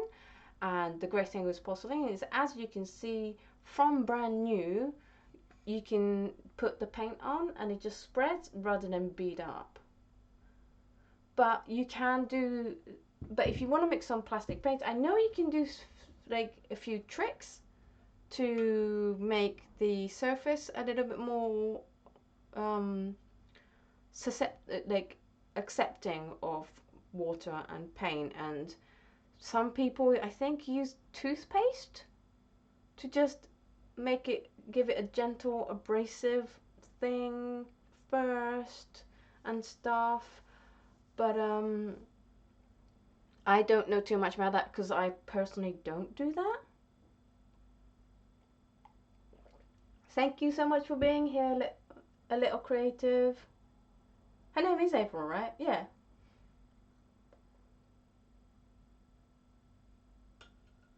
Spira says pure as in PUR water filters claim to filter out lead.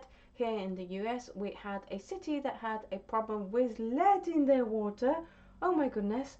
And that was the filter everyone wanted. Good to know.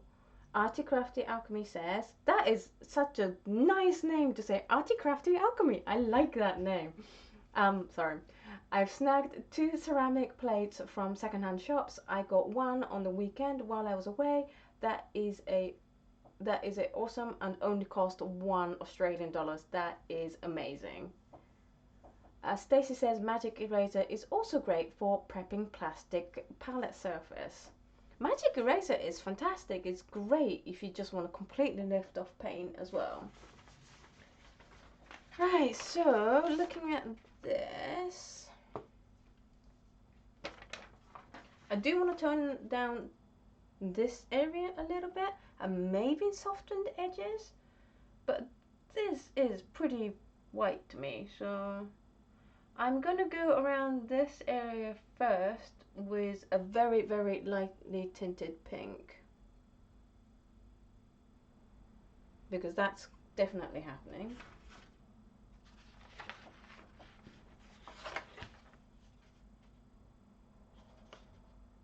Cyan says she doesn't have any plastic palettes. I hate mixing on plastic. Yeah, me too, which is why I have the ceramic, and I did think about having just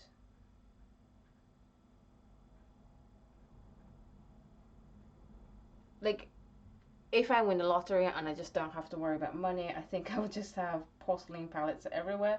But you know, they're quite expensive, so my solution was to use the plastic palettes for holding the paints, and then using the porcelain plate just to hold, to use as mixing area. And I'm really not making sense today, I'm sorry.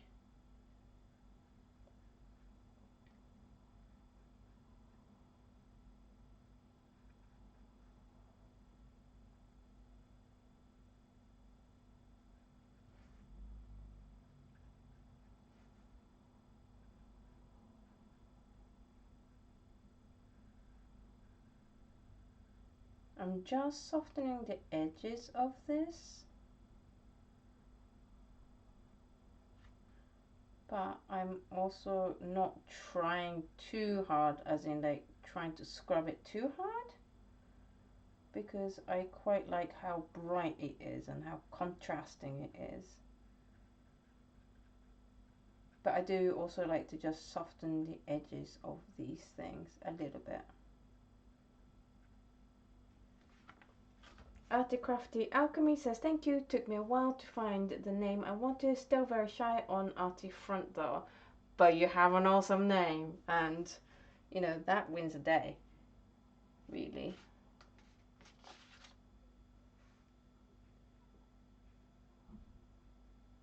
So I'm just going around all the edges, softening it.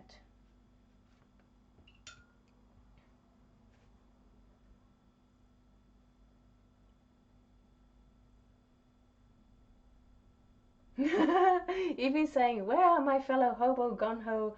I'll mix them on whatever stain are fine. Stains are fine, folks. I'm sorry.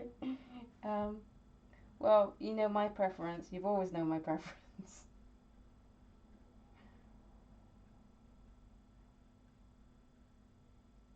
I just like a very clean palette. And also definitely a white clear surface for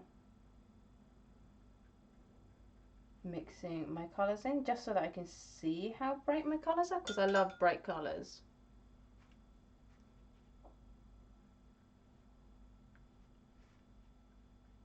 How's that looking on the camera?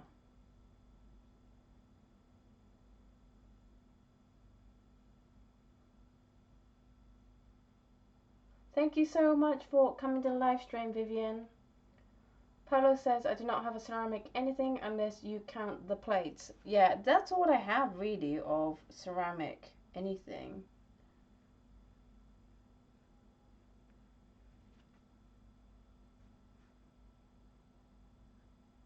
Ooh, that's really dark.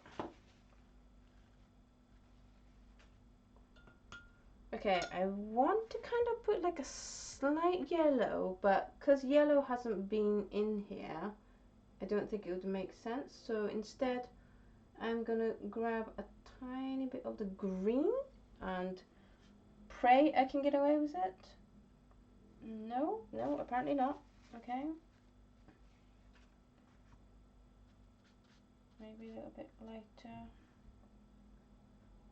Just because I think if I just suddenly put a yellow in this painting when there's been no yellow in the painting so far, it's gonna look really odd.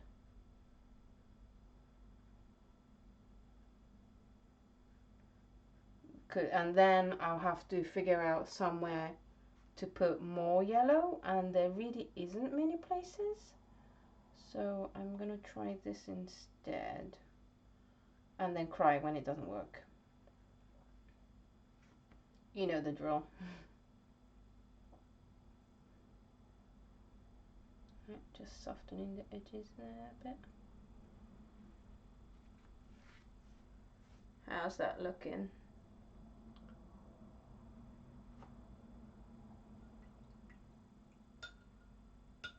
I'm so glad I made you giggle, Arty Crafty Alchemy. That is my pleasure.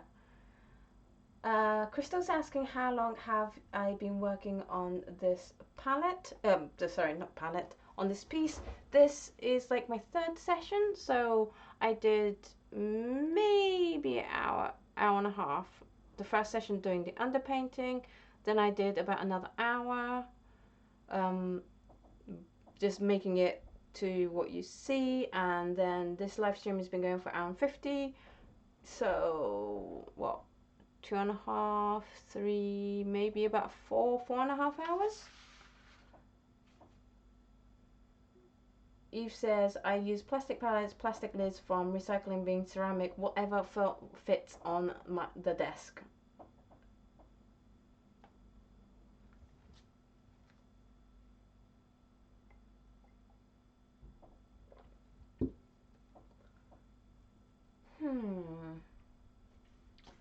I think I'm gonna actually go over the white bits a bit more with the pink, because I'm not happy how it's looking. That's way too much pink though. And just go all pink around here a bit. Yeah, I like that better.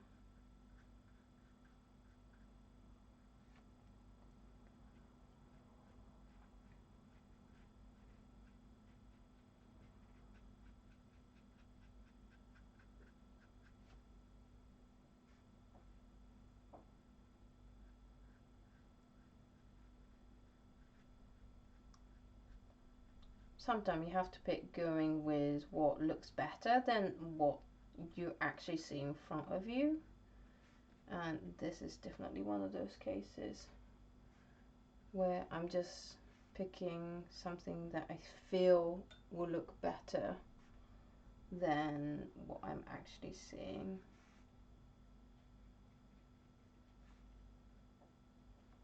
Oops, that is a bit too dark though. because I wanted to leave this white, but it's just a bit too much. It's just too white when I have no other whites, or I won't have any other whites on this. So I'm just going to turn it down. Turning all down, and I might as well handle this area at the same time. So this is like a bluey purpley area.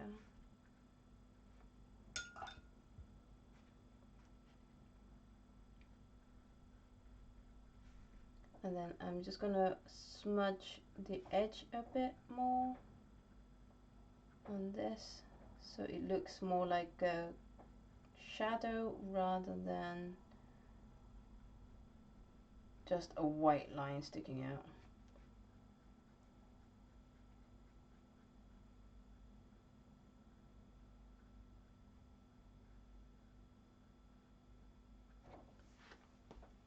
Yeah, that's good. I'm happy with that. I'm going to handle this side now. Yay, Grace! Hello! Good morning, how are you?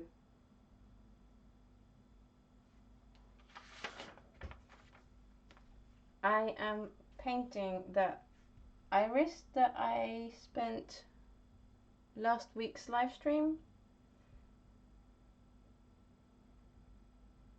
picking the background color for, and I went for the green gold for the background in the end, and I'm really happy with that choice. So thank you to all those of you who suggested to try green gold, because I would have never thought of trying green gold by myself.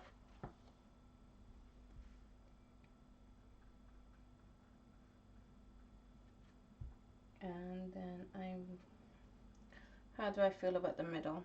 I'm pretty happy with the middle now, actually, apart from one bit that's like still quite white.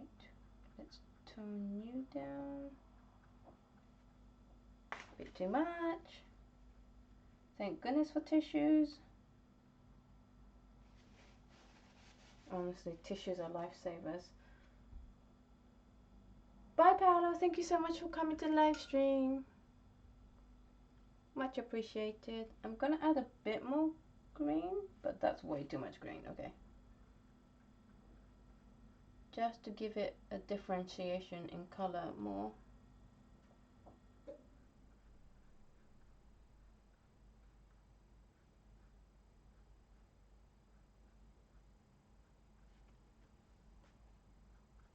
I think that'll do. I'm quite happy with that. I'm gonna tone down these bright white dots.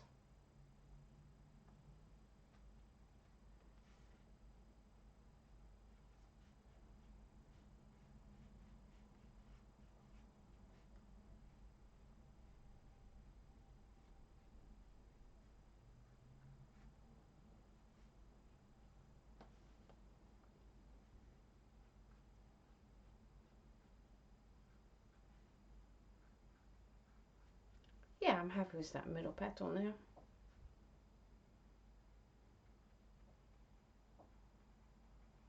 Right, let's focus on this one then.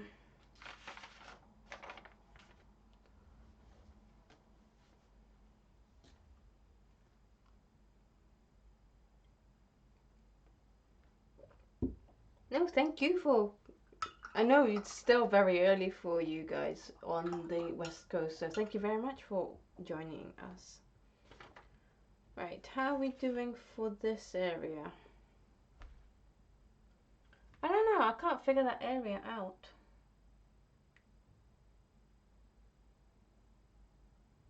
I think I'm going to put some dark decarbazole violet in to bring the value down still. Which is when I'm going to be super glad that I didn't remove all the masking tape. But instead of doing it in big washes, I'm going to bring in lines.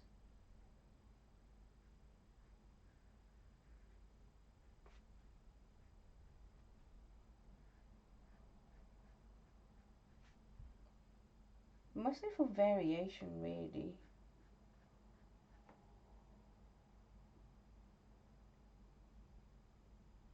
No, even saying that her cat's being like, Eve, feed us, notice us, food. If you need to feed them, you are more than welcome to go and feed them. It's okay.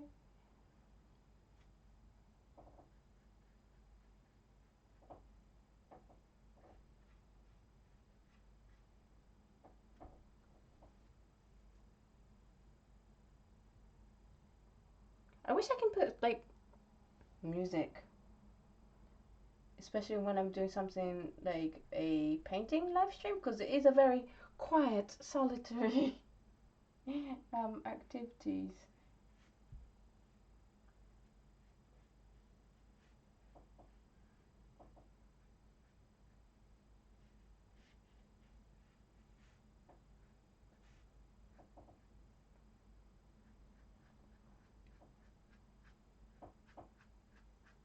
I'm gonna also deal with this, which is actually quite dark.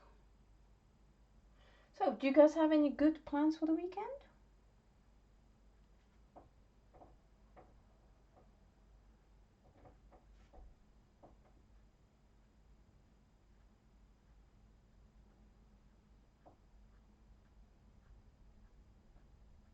It's almost a weekend. Almost. Nearly there.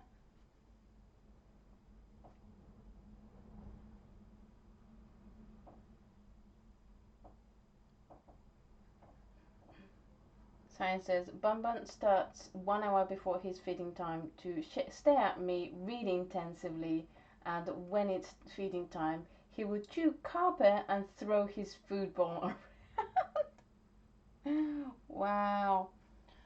See, with hamsters, you don't really have to do feeding times.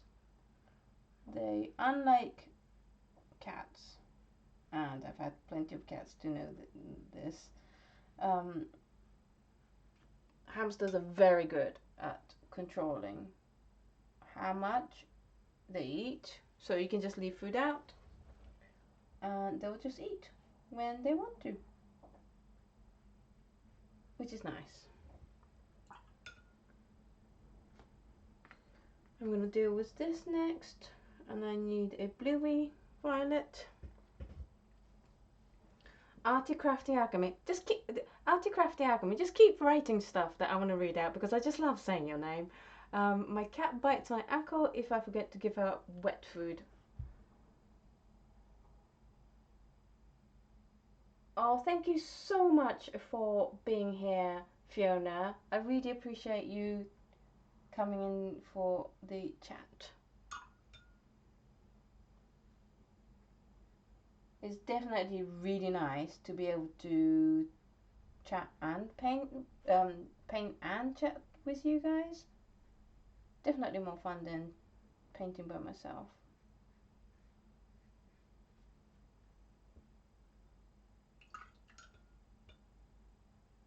Right, I want to tone down this white, but because I just put some dark blue that I don't want bleeding into it, I'm gonna let this area dry first. And then I'm also gonna deal with, am I okay to put my elbow here? This area.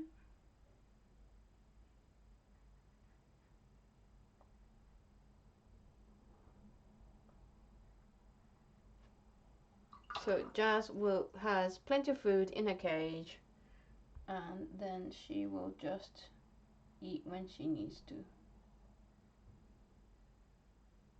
And then like we do also give her like fresh vegetables in the evening when she wakes up, and she really likes fresh vegetables, so she does get that as well. Right, I'm gonna remove this. See, you can just remove masking fluid with your finger as well. Your finger will get raw very, very quickly. Why do I have a white here? There we go.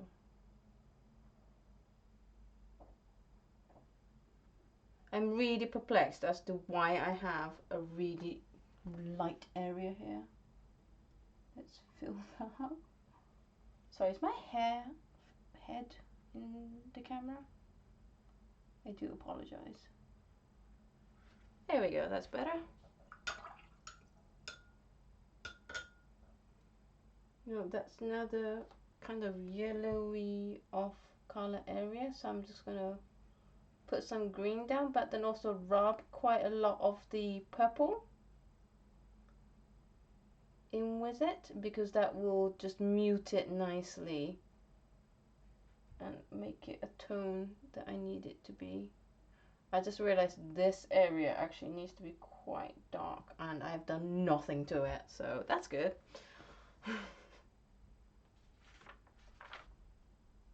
Oh, hey, Destiny.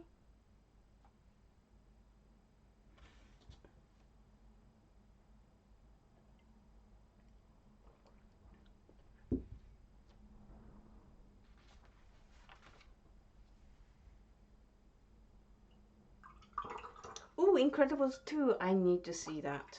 Is it out in cinemas? Definitely gonna go see that at the cinemas. Right, I need to still work on this. Oh, hello, Sunshine. Where have you been? Where did you come in when I need you the least? No, stay. Okay. We're dealing with this. So I'm going to do something to this area. Not quite sure what. Let's look at the...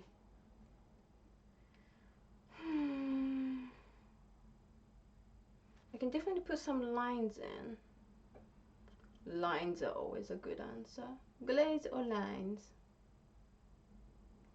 Did you just go dark on me?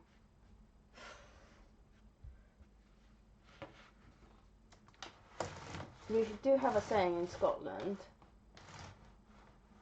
that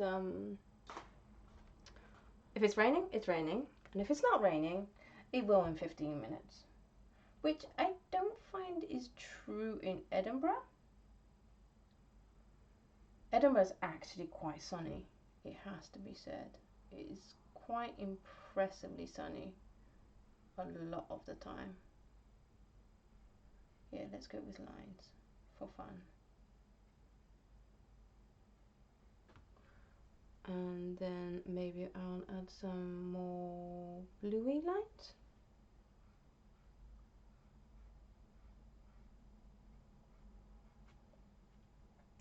I am totally going off script on this bit.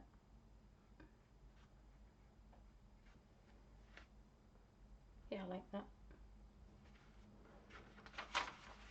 There we go. And I'm just gonna add a bit more detail here. No, I need more color first.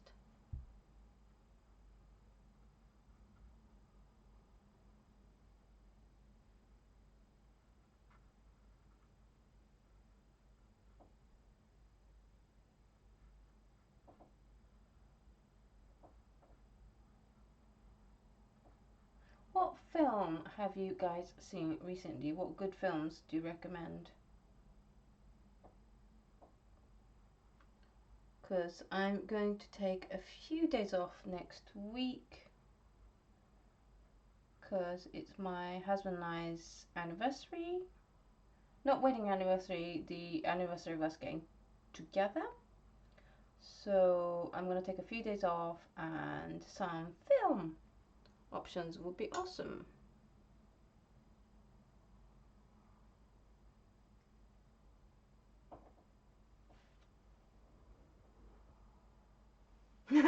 Thank you, Grace. She said, sorry, thank you, Grace. They say there's no off script, it's your painting. Thank you. Much appreciated. I just want, not too much, but I do want to add some details in here. Like this petal is a lot darker.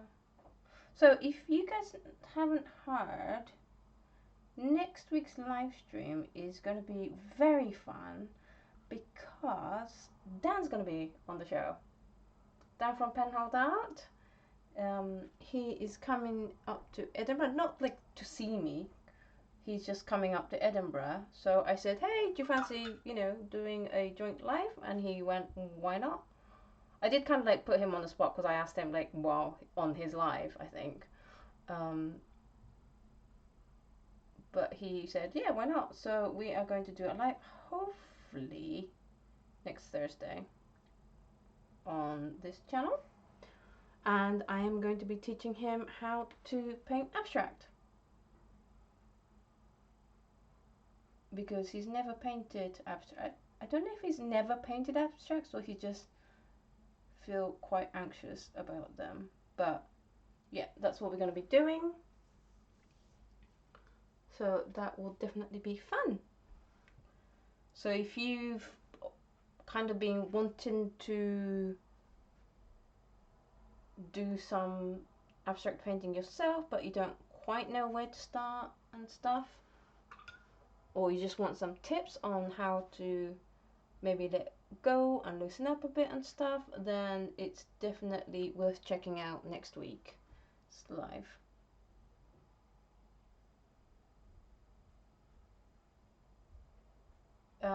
If we have to change the date because I don't fully know his schedule, then I'll let you know on my Twitter. I mean, there will be a live on Thursday because that's when I do lives, but it might have to be on a different day if it doesn't work for him. Right, I think I'm gonna work on that area. Oh, Jennifer, hello! Nice to see you. Thank you for coming.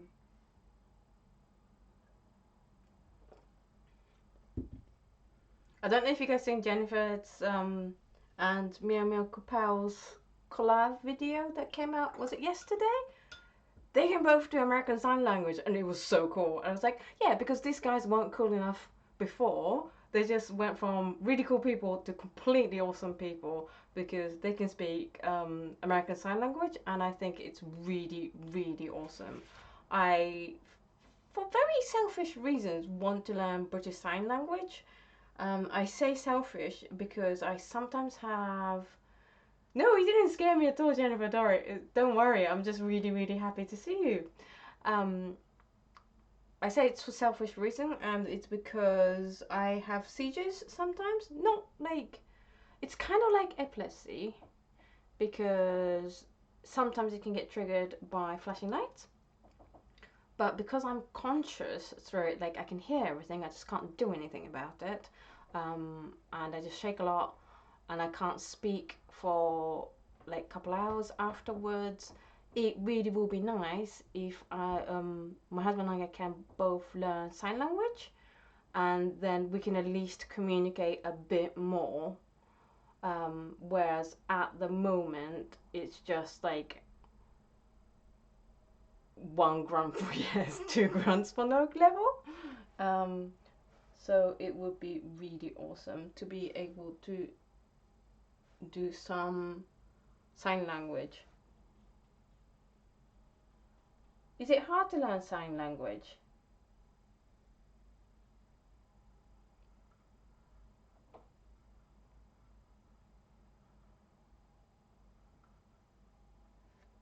I really don't know what to do with this petal. Like, I had lots of ideas about what to do here and here, then I kind of ran out of ideas, is what's happening. I will be honest with you guys.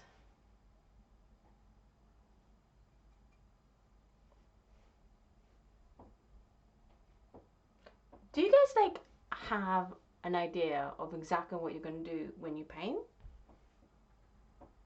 Or are you a bit, ooh, that's way too dark? Or are you a bit more like me and it's like, let's just paint and see what happens? Because I am definitely in the latter camp of make it up as I go along.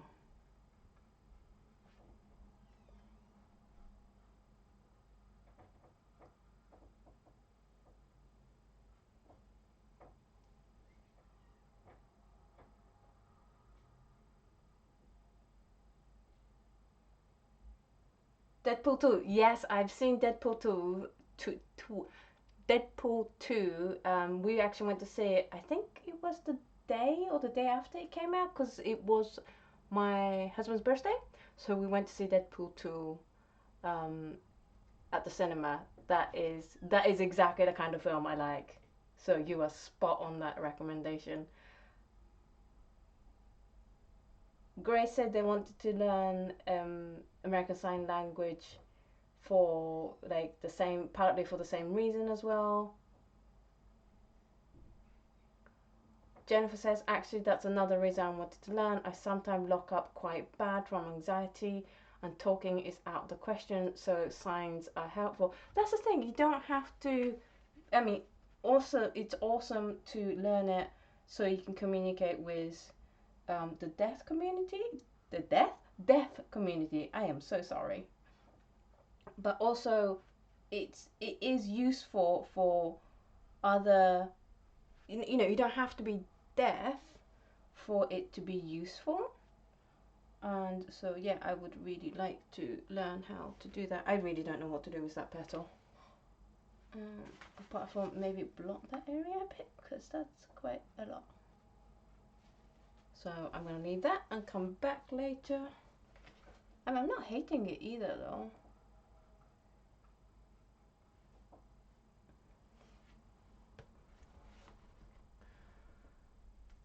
Brent says, I have to plan my paintings, though there's always hot mess stage. My hand tremors make that interesting. Oh yes, that would. Grace says they get non-verbal when they get bad. Yeah, just like some basic sign language is really helpful for anyone who's suffering from any conditions that temporarily stops them from being able to speak. I want to put some darks in here. Right, son, have you settled? Because I would love to open my blind so I can bring more light into this. Otherwise we're going to have to go for the artificial color, artificial light route. I'm going to try and see if the cloud stays covering the sun for us. This bit. For anyone who's just like come in the last hour and haven't seen the whole painting, I'll just show you. Sun's come back, hasn't it? Hello, Sun. Nice to see you.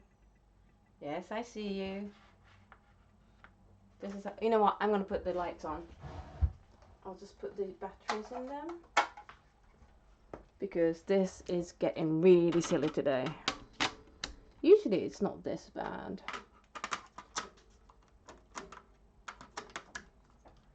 Lights. Light. And then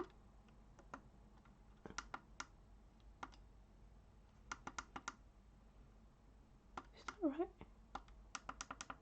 No, that's wrong. Hold on. Bear with me. I'm just increasing the brightness.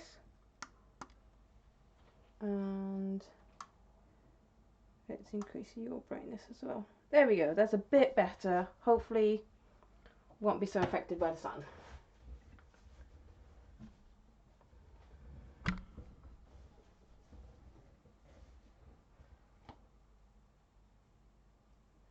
Jennifer says, signing is also really helpful for babies to learn before they're able to learn to speak. Oh wow!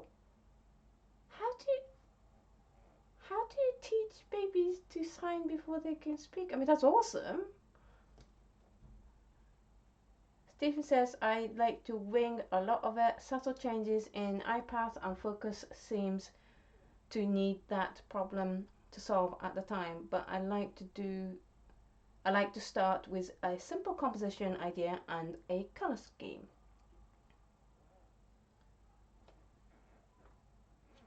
Right, so this is how it's looking so far. I'm quite happy with it. I think this could do is going darker maybe, just to differentiate from this petal a bit. And this definitely needs more purple, and I'm gonna put more purple here. But it's definitely coming along. I just can't believe how long. Ooh, I just spilled water. That's nice. But I never spend this long on a painting, so I'm just like, how long does it take?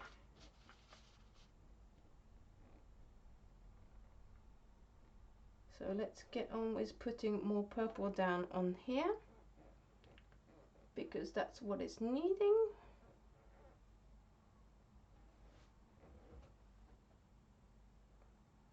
I might do a nice thin wash, because I feel like the whole thing needs a lot of purple right now.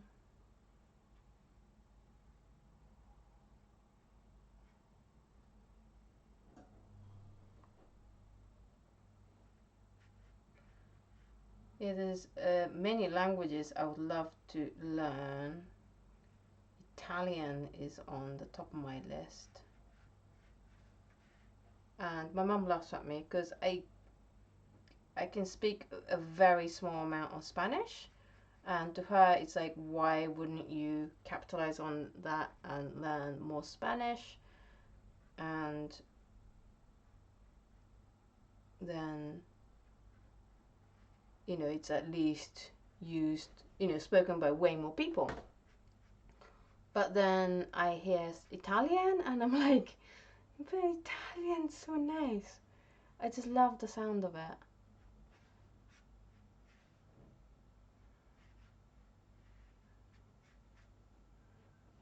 So I would love to learn Italian.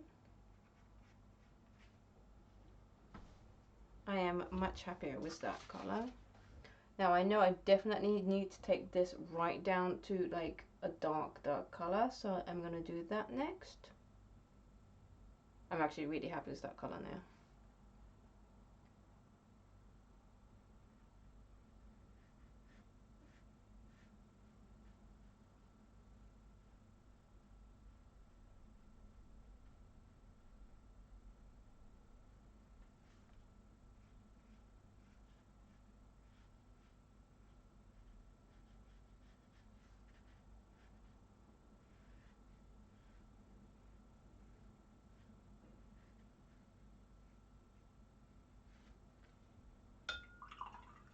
Yeah, I'm happy with that.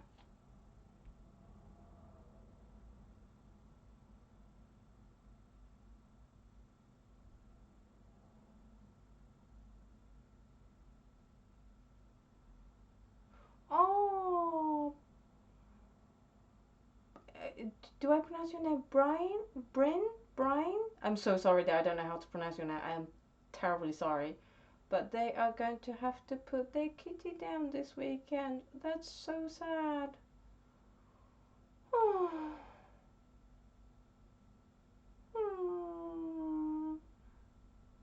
Oh, I'm so sorry that you have to do that. That is super sad.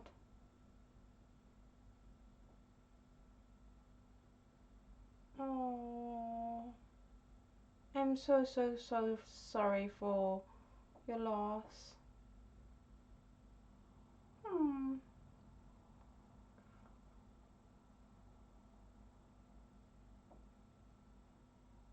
Jennifer says, yes, babies want to communicate, and part of why they get so upset is because they can't express themselves. It's really easy teaching eat or water. Wow, I didn't know that.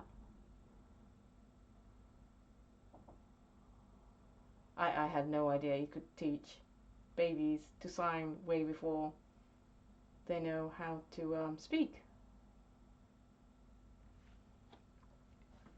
Right, I need to put more purple here because we're kind of getting off balance, and I'm kind of wanting to put more blue in here. There isn't much blue in the photo, but I'm just looking at the overall image and it's like there's blue here, and it'll really be nice if I could get blue here. But with a lot of red down there, then it's going to just turn into purple, so I'm going to lift that area first. Thankfully, quinacridone rose does come off relatively easy. So I'm just gonna get in there and scrub away some of that color so I can put a big bit of purple, blue to kind of flank this blue, because otherwise I think it's gonna look a little bit off balance. Of course now the pink won't come off. It's alright, I'll give it a few goes. It's pronounced Brent. Oh, it's Welsh, hello! Well, I'm very, very, very sorry for your loss.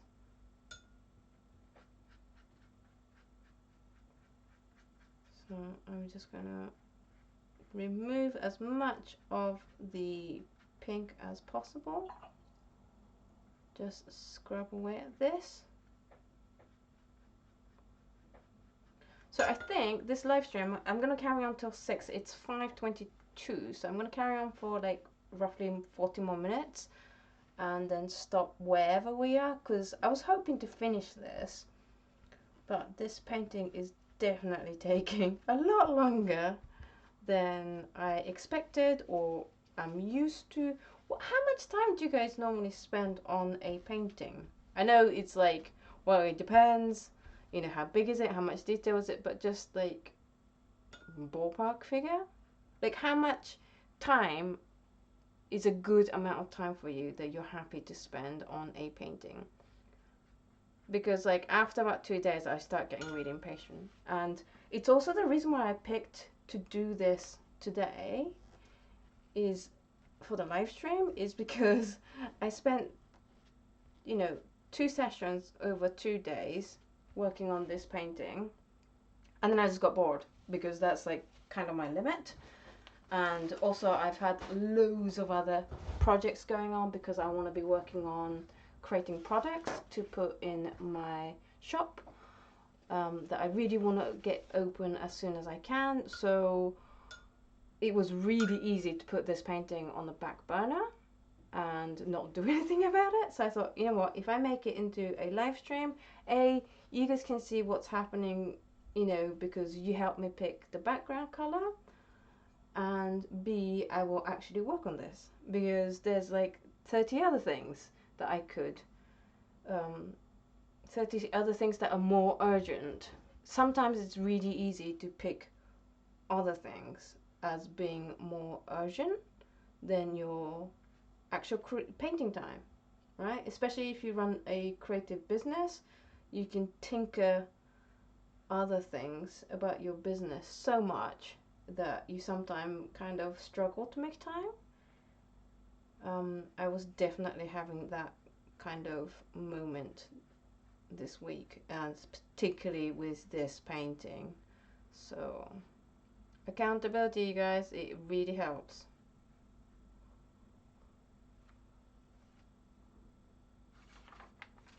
Eve says, until it's either done or I'm fed up with it. Yeah. Bryn says, oh, I can spend days on a painting. I have to push through to get them done. I plan everything and then keep a couple going. So when one is drying, I can keep one going. Yeah, that's a really good idea. Nina's journey says, hoping to watch till the end, but I have 5 grandkids staring at me with starving little faces.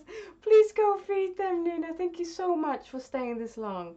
I really, really appreciate it. So how's that looking for balance? I think it's definitely getting there. Like this is gonna need a lot more work than just what I put down so far. But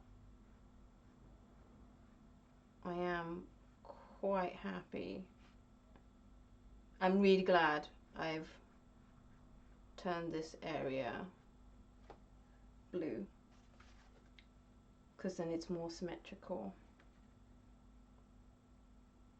Maybe sneak a few blues here. I need more blue.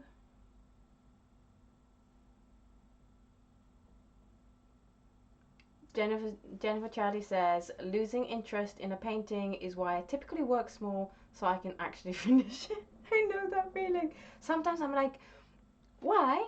Why do I have to create it at this size? I mean, this is my hand.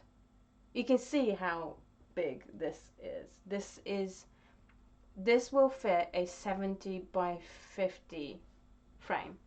Well, mount, sorry. So this is 50 and this is 70. But I don't know, I just sometimes you just like something a lot without any rhyme or reason. Do you get that? Or are you way more logical than me and you can make good logical choices?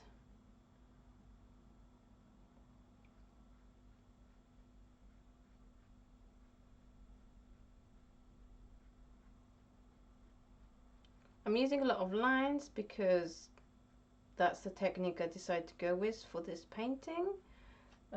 Because there are a lot of very subtle lines happening.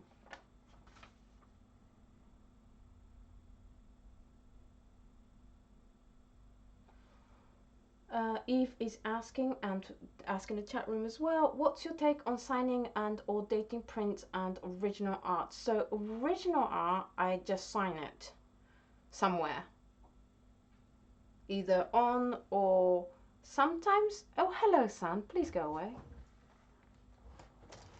I'm just gonna bring the blank down. There we go.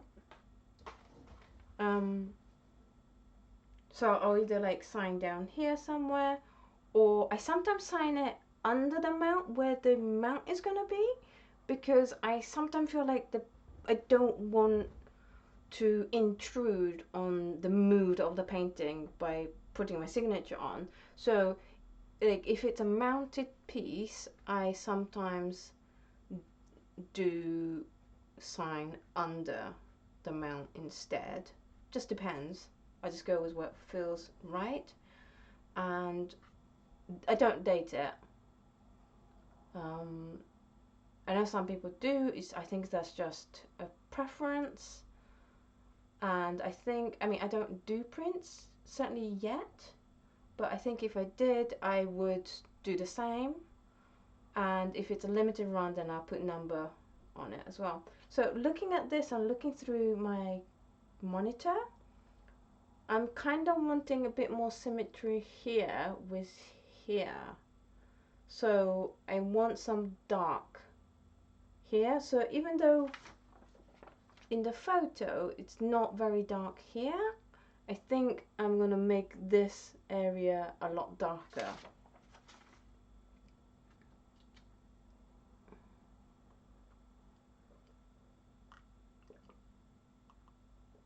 Stephen says, I spend a lot of time stepping back now, so the total time can be hours or days, but painting time much less. I think that's a really good way of painting. And doing the live stream is actually really interesting, because I do, especially because I paint so big, I will sometimes put it on like up against the wall on one side and go to the other side of the room and have a look. But I'm not having to do that right now because I have my laptop here with this live feed showing on my monitor. So I'm actually being able to get like a stepped back look without actually leaving my seat, which is awesome.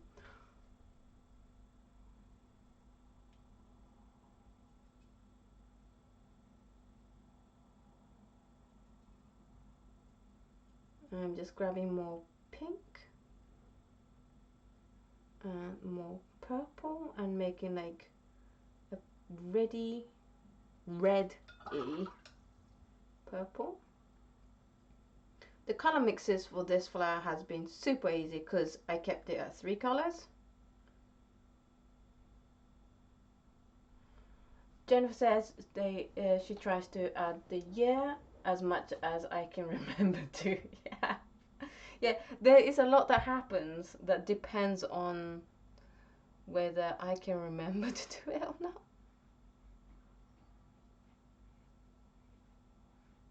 So I am literally just adding this purple that isn't in the real photo. Is that too much? That's probably too much, isn't it? I'm gonna blot it.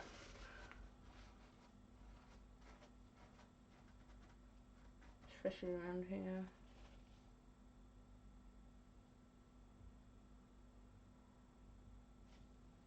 I think I'm gonna bring this down a bit as well.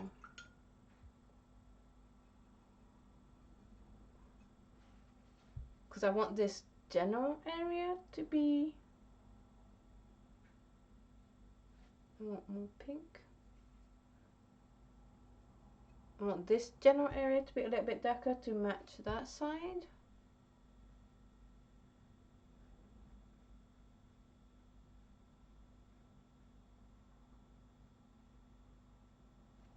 Yeah. And then because I got quite a lot of pink here, I kind of want to put a bit more pink here as well.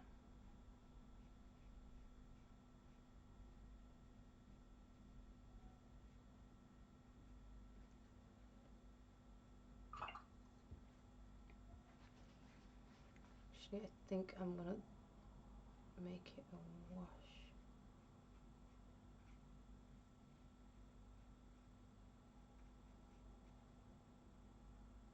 Yeah. And then maybe a little bit of blue, just a tiny bit.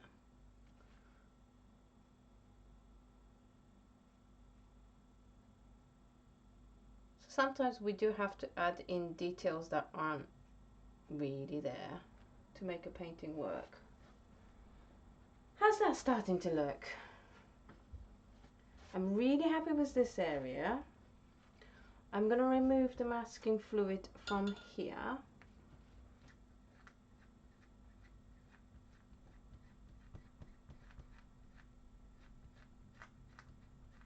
Yeah, this is, I think I put the masking fluid on a little bit too early, like the paint hadn't dried underneath, so it's kind of pulling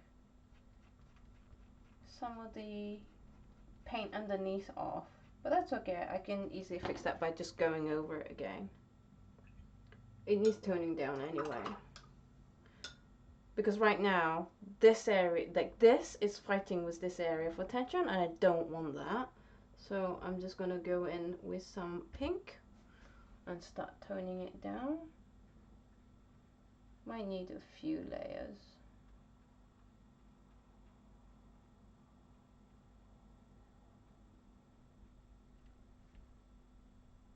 I think it can go with being a bit darker, but I don't want it to go more purple, so I'm just gonna put more pink down.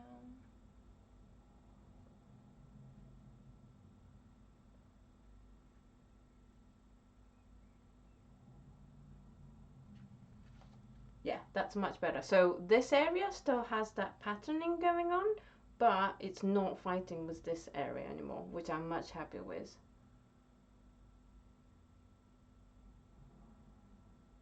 Bryn says, I do journal on the backs of my paintings, even ones I sell, so when they're framed, they have a story on the back. Oh, that is so nice. I really like that idea.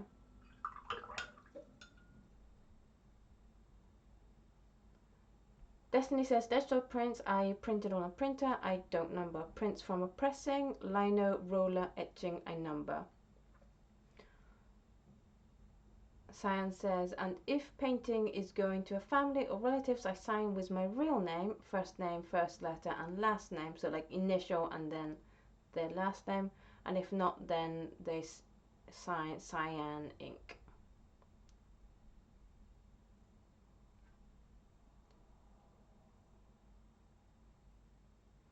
Bryn says they have a great group of small artists in a Facebook group that are all pretty amazing, all watercolor. Wish I could show you all the amazing stuff we come up with. Oh, it is so nice to be able to find nice communities of people that are really into the same stuff that you are. So I'm so glad you found that group. Bryn says, incidentally, I just did a set of tests with masking on wet paper. What a trip. Do tell us what you found. Right, because there's a lot of red happening here, I do want to intensify this area, but yeah, I think I want to do that. So let's do that, since we are on a quinacridone rose roll, and that's always a good thing in my book, you know me.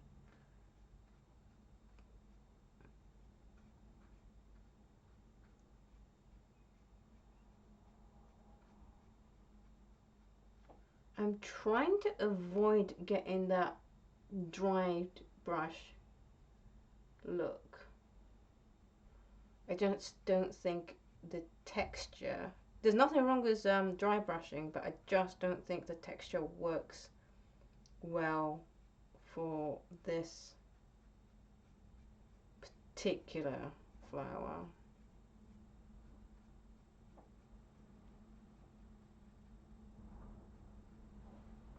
So I want this area to have a nice red glow and then a cool thing like it's doing over here.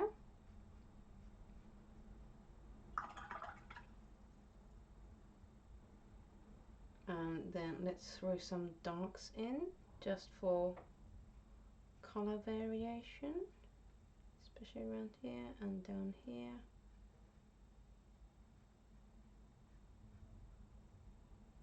And up here, because it's a lot darker up here.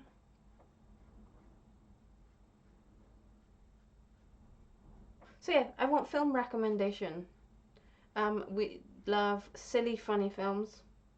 We just watched Jumanji. There's something about The Rock and Kevin Hart that I really enjoy. Like, obviously, The Rock isn't an Academy-winning actor, but I really like it when he plays stupid. Not like when he plays the all muscles, not as much brain kind of character. He does them really well. So we really enjoy that film. And I used to be into like the more serious ones and the sad ones and the dramas that tell you a tragic story and stuff. And then I'm just like, you know what? Like, the world is full of tragedies already. You know, when I switch a film on, I just want to be entertained with silly things. And so that's what like Deadpool 2 was cool. Thor Ragnarok was amazing. I loved Thor Ragnarok. I've never laughed so much. I try my best now. Like, if I know I want to go and see a film in the cinemas, then I just will do my very, very best to avoid seeing any trailers. Like, I'll watch one trailer, yeah, I'm gonna go see that, then I will do my best to avoid seeing trailers, which is really hard sometimes because cinemas like to show you lots of trailers before the film starts. And I even had to like kind of literally stick my fingers in my ear and then wiggle it, because in cinemas obviously the sound is really loud and just putting your fingers in the ear won't do the job. So what I have to do, what I would have to do is to wiggle. Why did I do that?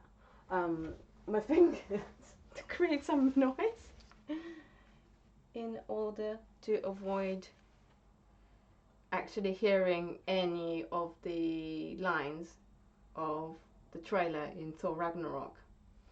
That's how hardcore I am in not wanting to see trailers, because then I can always go back and look at the trailers afterwards, which I do often, but I just don't want to know it at the time. I don't want to see all the jokes, because now there's a lot of the films will put all their really best jokes in the trailer, and that really annoys me. There was like a Ryan Reynolds, and Ryan Reynolds and the guy that shouts a lot, Samuel Jackson film. I can't remember what film it was. I think it was Assassin's Bodyguard. And all their jokes were in the trailer. and that seems to be just a thing now that people do, and it really annoys me, so I do my best now. And I was really, really glad that I did that for Thor Ragnarok. I was really glad I did that for Deadpool 2. But those are the kind of films I like. So if you have any recommendations, because I'm going to take a few days off next week for my anniversary with my husband, then please suggest a way. For instance, I did mask on both wet paper with a sheen and sheet that was dry, and sprayed the mask with a spray bottle. Oh wow! It created soft edges, both PBR and frisket, on the arches. It looks a little like salt. That sounds fascinating. Bryn, you're gonna need to make a video of that and show us what happened, because I would love to see that.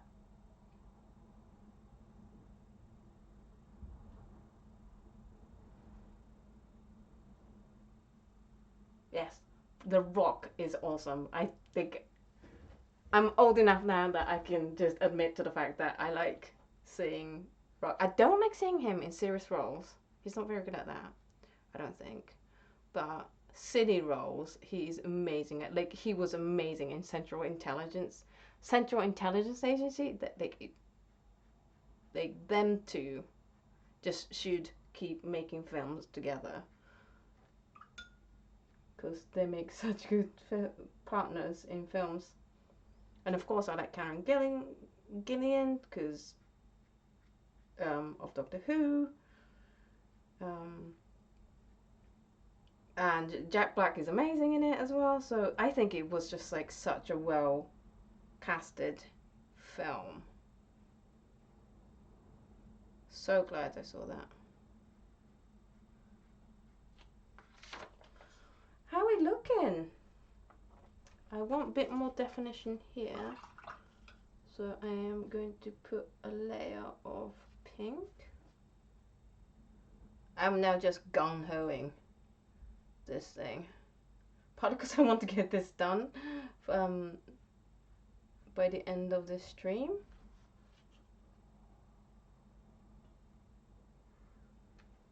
Because this is like my third day on it and I'm getting tired of it. Do you get to this stage where you just like start rushing because you're so fed up of it now? How's that?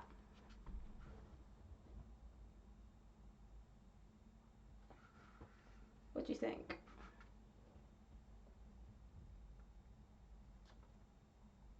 Lizzie says, I feel like Marvel throws so many different trailers of one of their movies. Yes, they do, and I really hate it. So I try to avoid all of them.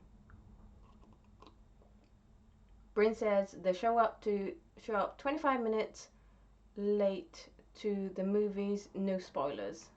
Yeah, I should do that. The only problem is I'm so type A personality that it kills me to show up to anything late. Really does.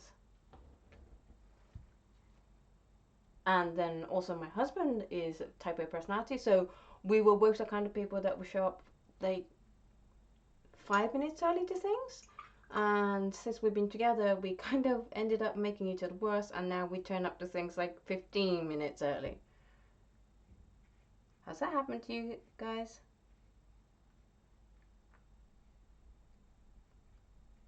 Like, you know, you had a trait, and then you meet like a partner with the same trait, and then you could just get worse.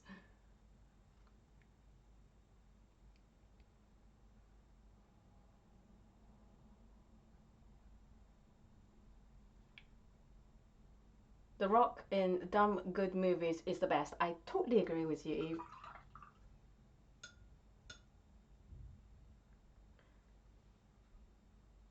Bryn says, I hope to be up and running for videos soon. Yay! We would all love to see your masking fluid video, I'm sure. So once you've got it up, you know, pop into the chat, and if you can like let Eve know, then she can post a link up for us, because she's an amazing mod. Cyan says, I'm really bad at watching movies. I can watch 20 minutes and then lose interest. Yeah, I really struggle. I really struggle to sit still, like commit to sitting down still for like however long, like 2.5 hours. So my husband loves movies, but he kind of tends to have to watch them a lot on his own because I'm like, I've got other stuff to do. You just watch. And he struggled with that a lot when we first got together. But I think he's okay with me doing that now.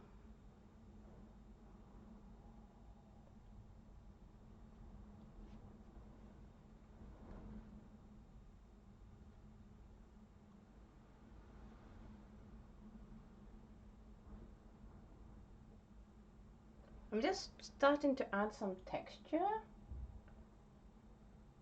And there's not much rhyme or reason to these. I'm just going ahead and adding random textures around. Oh, you need softening.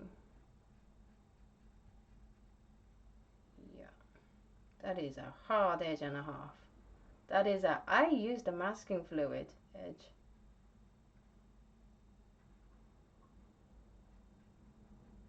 Let's soften you down.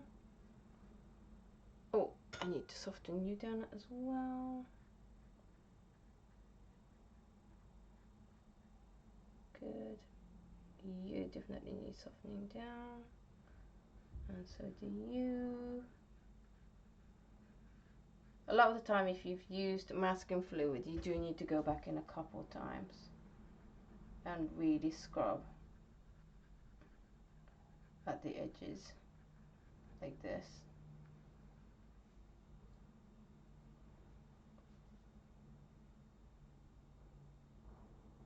Destiny says, I watch all the trailers. My son does voiceovers for a lot of them. Your son isn't the epic voice guy, is he? Because that would be so awesome. If you don't know who the epic voice guy is, he's the guy that does all the deep voices for Screen Junkie. So all the honest trailer stuff is the epic voice guy.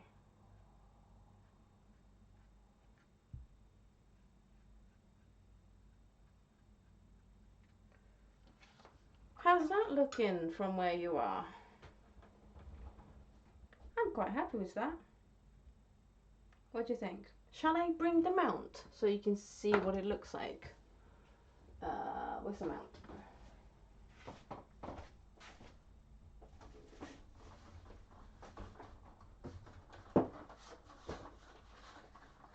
That is the 70 by 50. Which one are you? Are you the 70 by 50? Yay, I have an unlabeled mount. That was clever. I think it's this one.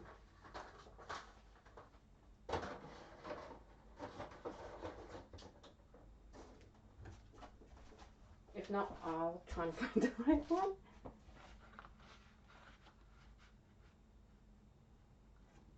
Yeah, this is how it's going to look once mounted.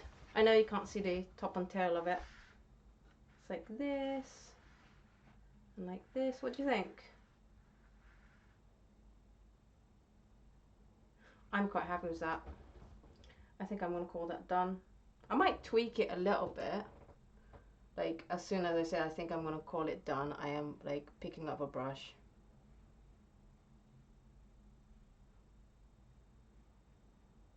And adding more colors. Now, I am quite happy with that. Grace is saying maybe the top left needs here or this one. So that's option 1, option 2. I do agree it's a bit blurred around here. It's because I made this thing. So this bit, my mistake with this painting was this bit and this bit should have been a lot lighter. And I tried to lift some of the colors, but it just wouldn't come off that much. So I've definitely learned now that to the lightest lights after the masked areas, I need to keep it a lot lighter than I think, which is a really good lesson to learn, that I'm glad to have learned, because for those of you who came in halfway through, this is my first watercolor floral painting that I've ever done. I've done floral painting in acrylic but not watercolor, so there's a lot I still need to learn, I think. But for my first go at watercolor flowers and my first painting in several months, I am quite happy with this.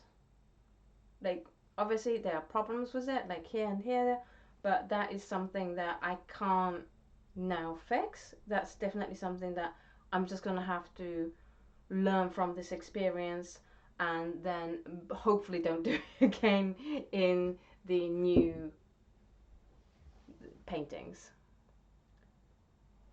Right next to the edge, this bit,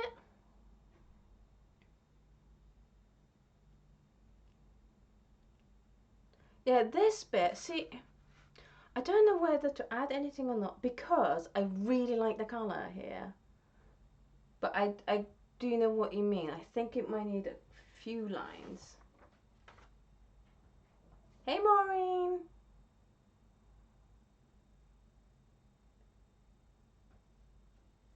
Bryn says, I have to mask over areas I want to stay light. I can't be trusted. I'm exactly the same, which is why I masked like this area and all the highlight areas.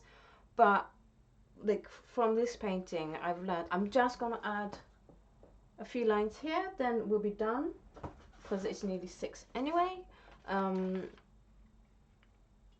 But apparently I really can't be trusted with to keep the light areas, so I'm gonna have to learn to make the light, keep the light areas even more light than I actually think I need, because I thought this was really pale until I built up the rest of the areas and I'm like, actually that's really dark, and now because they're all staining colors, now they're not gonna come back.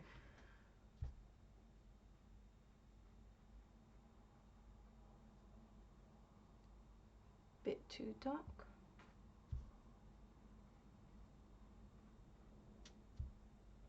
I am randomly painting lines because there's actually not much definition happening in the photo.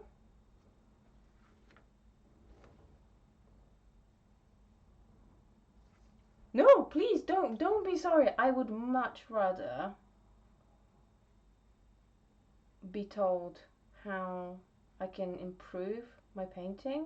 So please don't be sorry, Grace. I really appreciate your advice. How's that?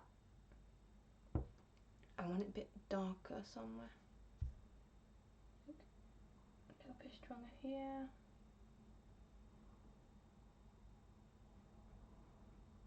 No, I always welcome constructive criticism. The only kind of criticism I don't like accept is when people are being rude for the sake of being rude, or they're saying it in a really offensive way.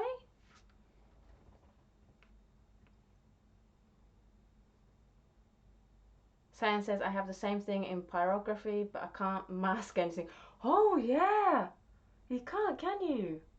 I often get so carried away when burning that I end up going way too dark. And you can't even lift it then, can you? Oh wow. No, I should never do pyrography if you can't mask out areas, because I really can't be trusted.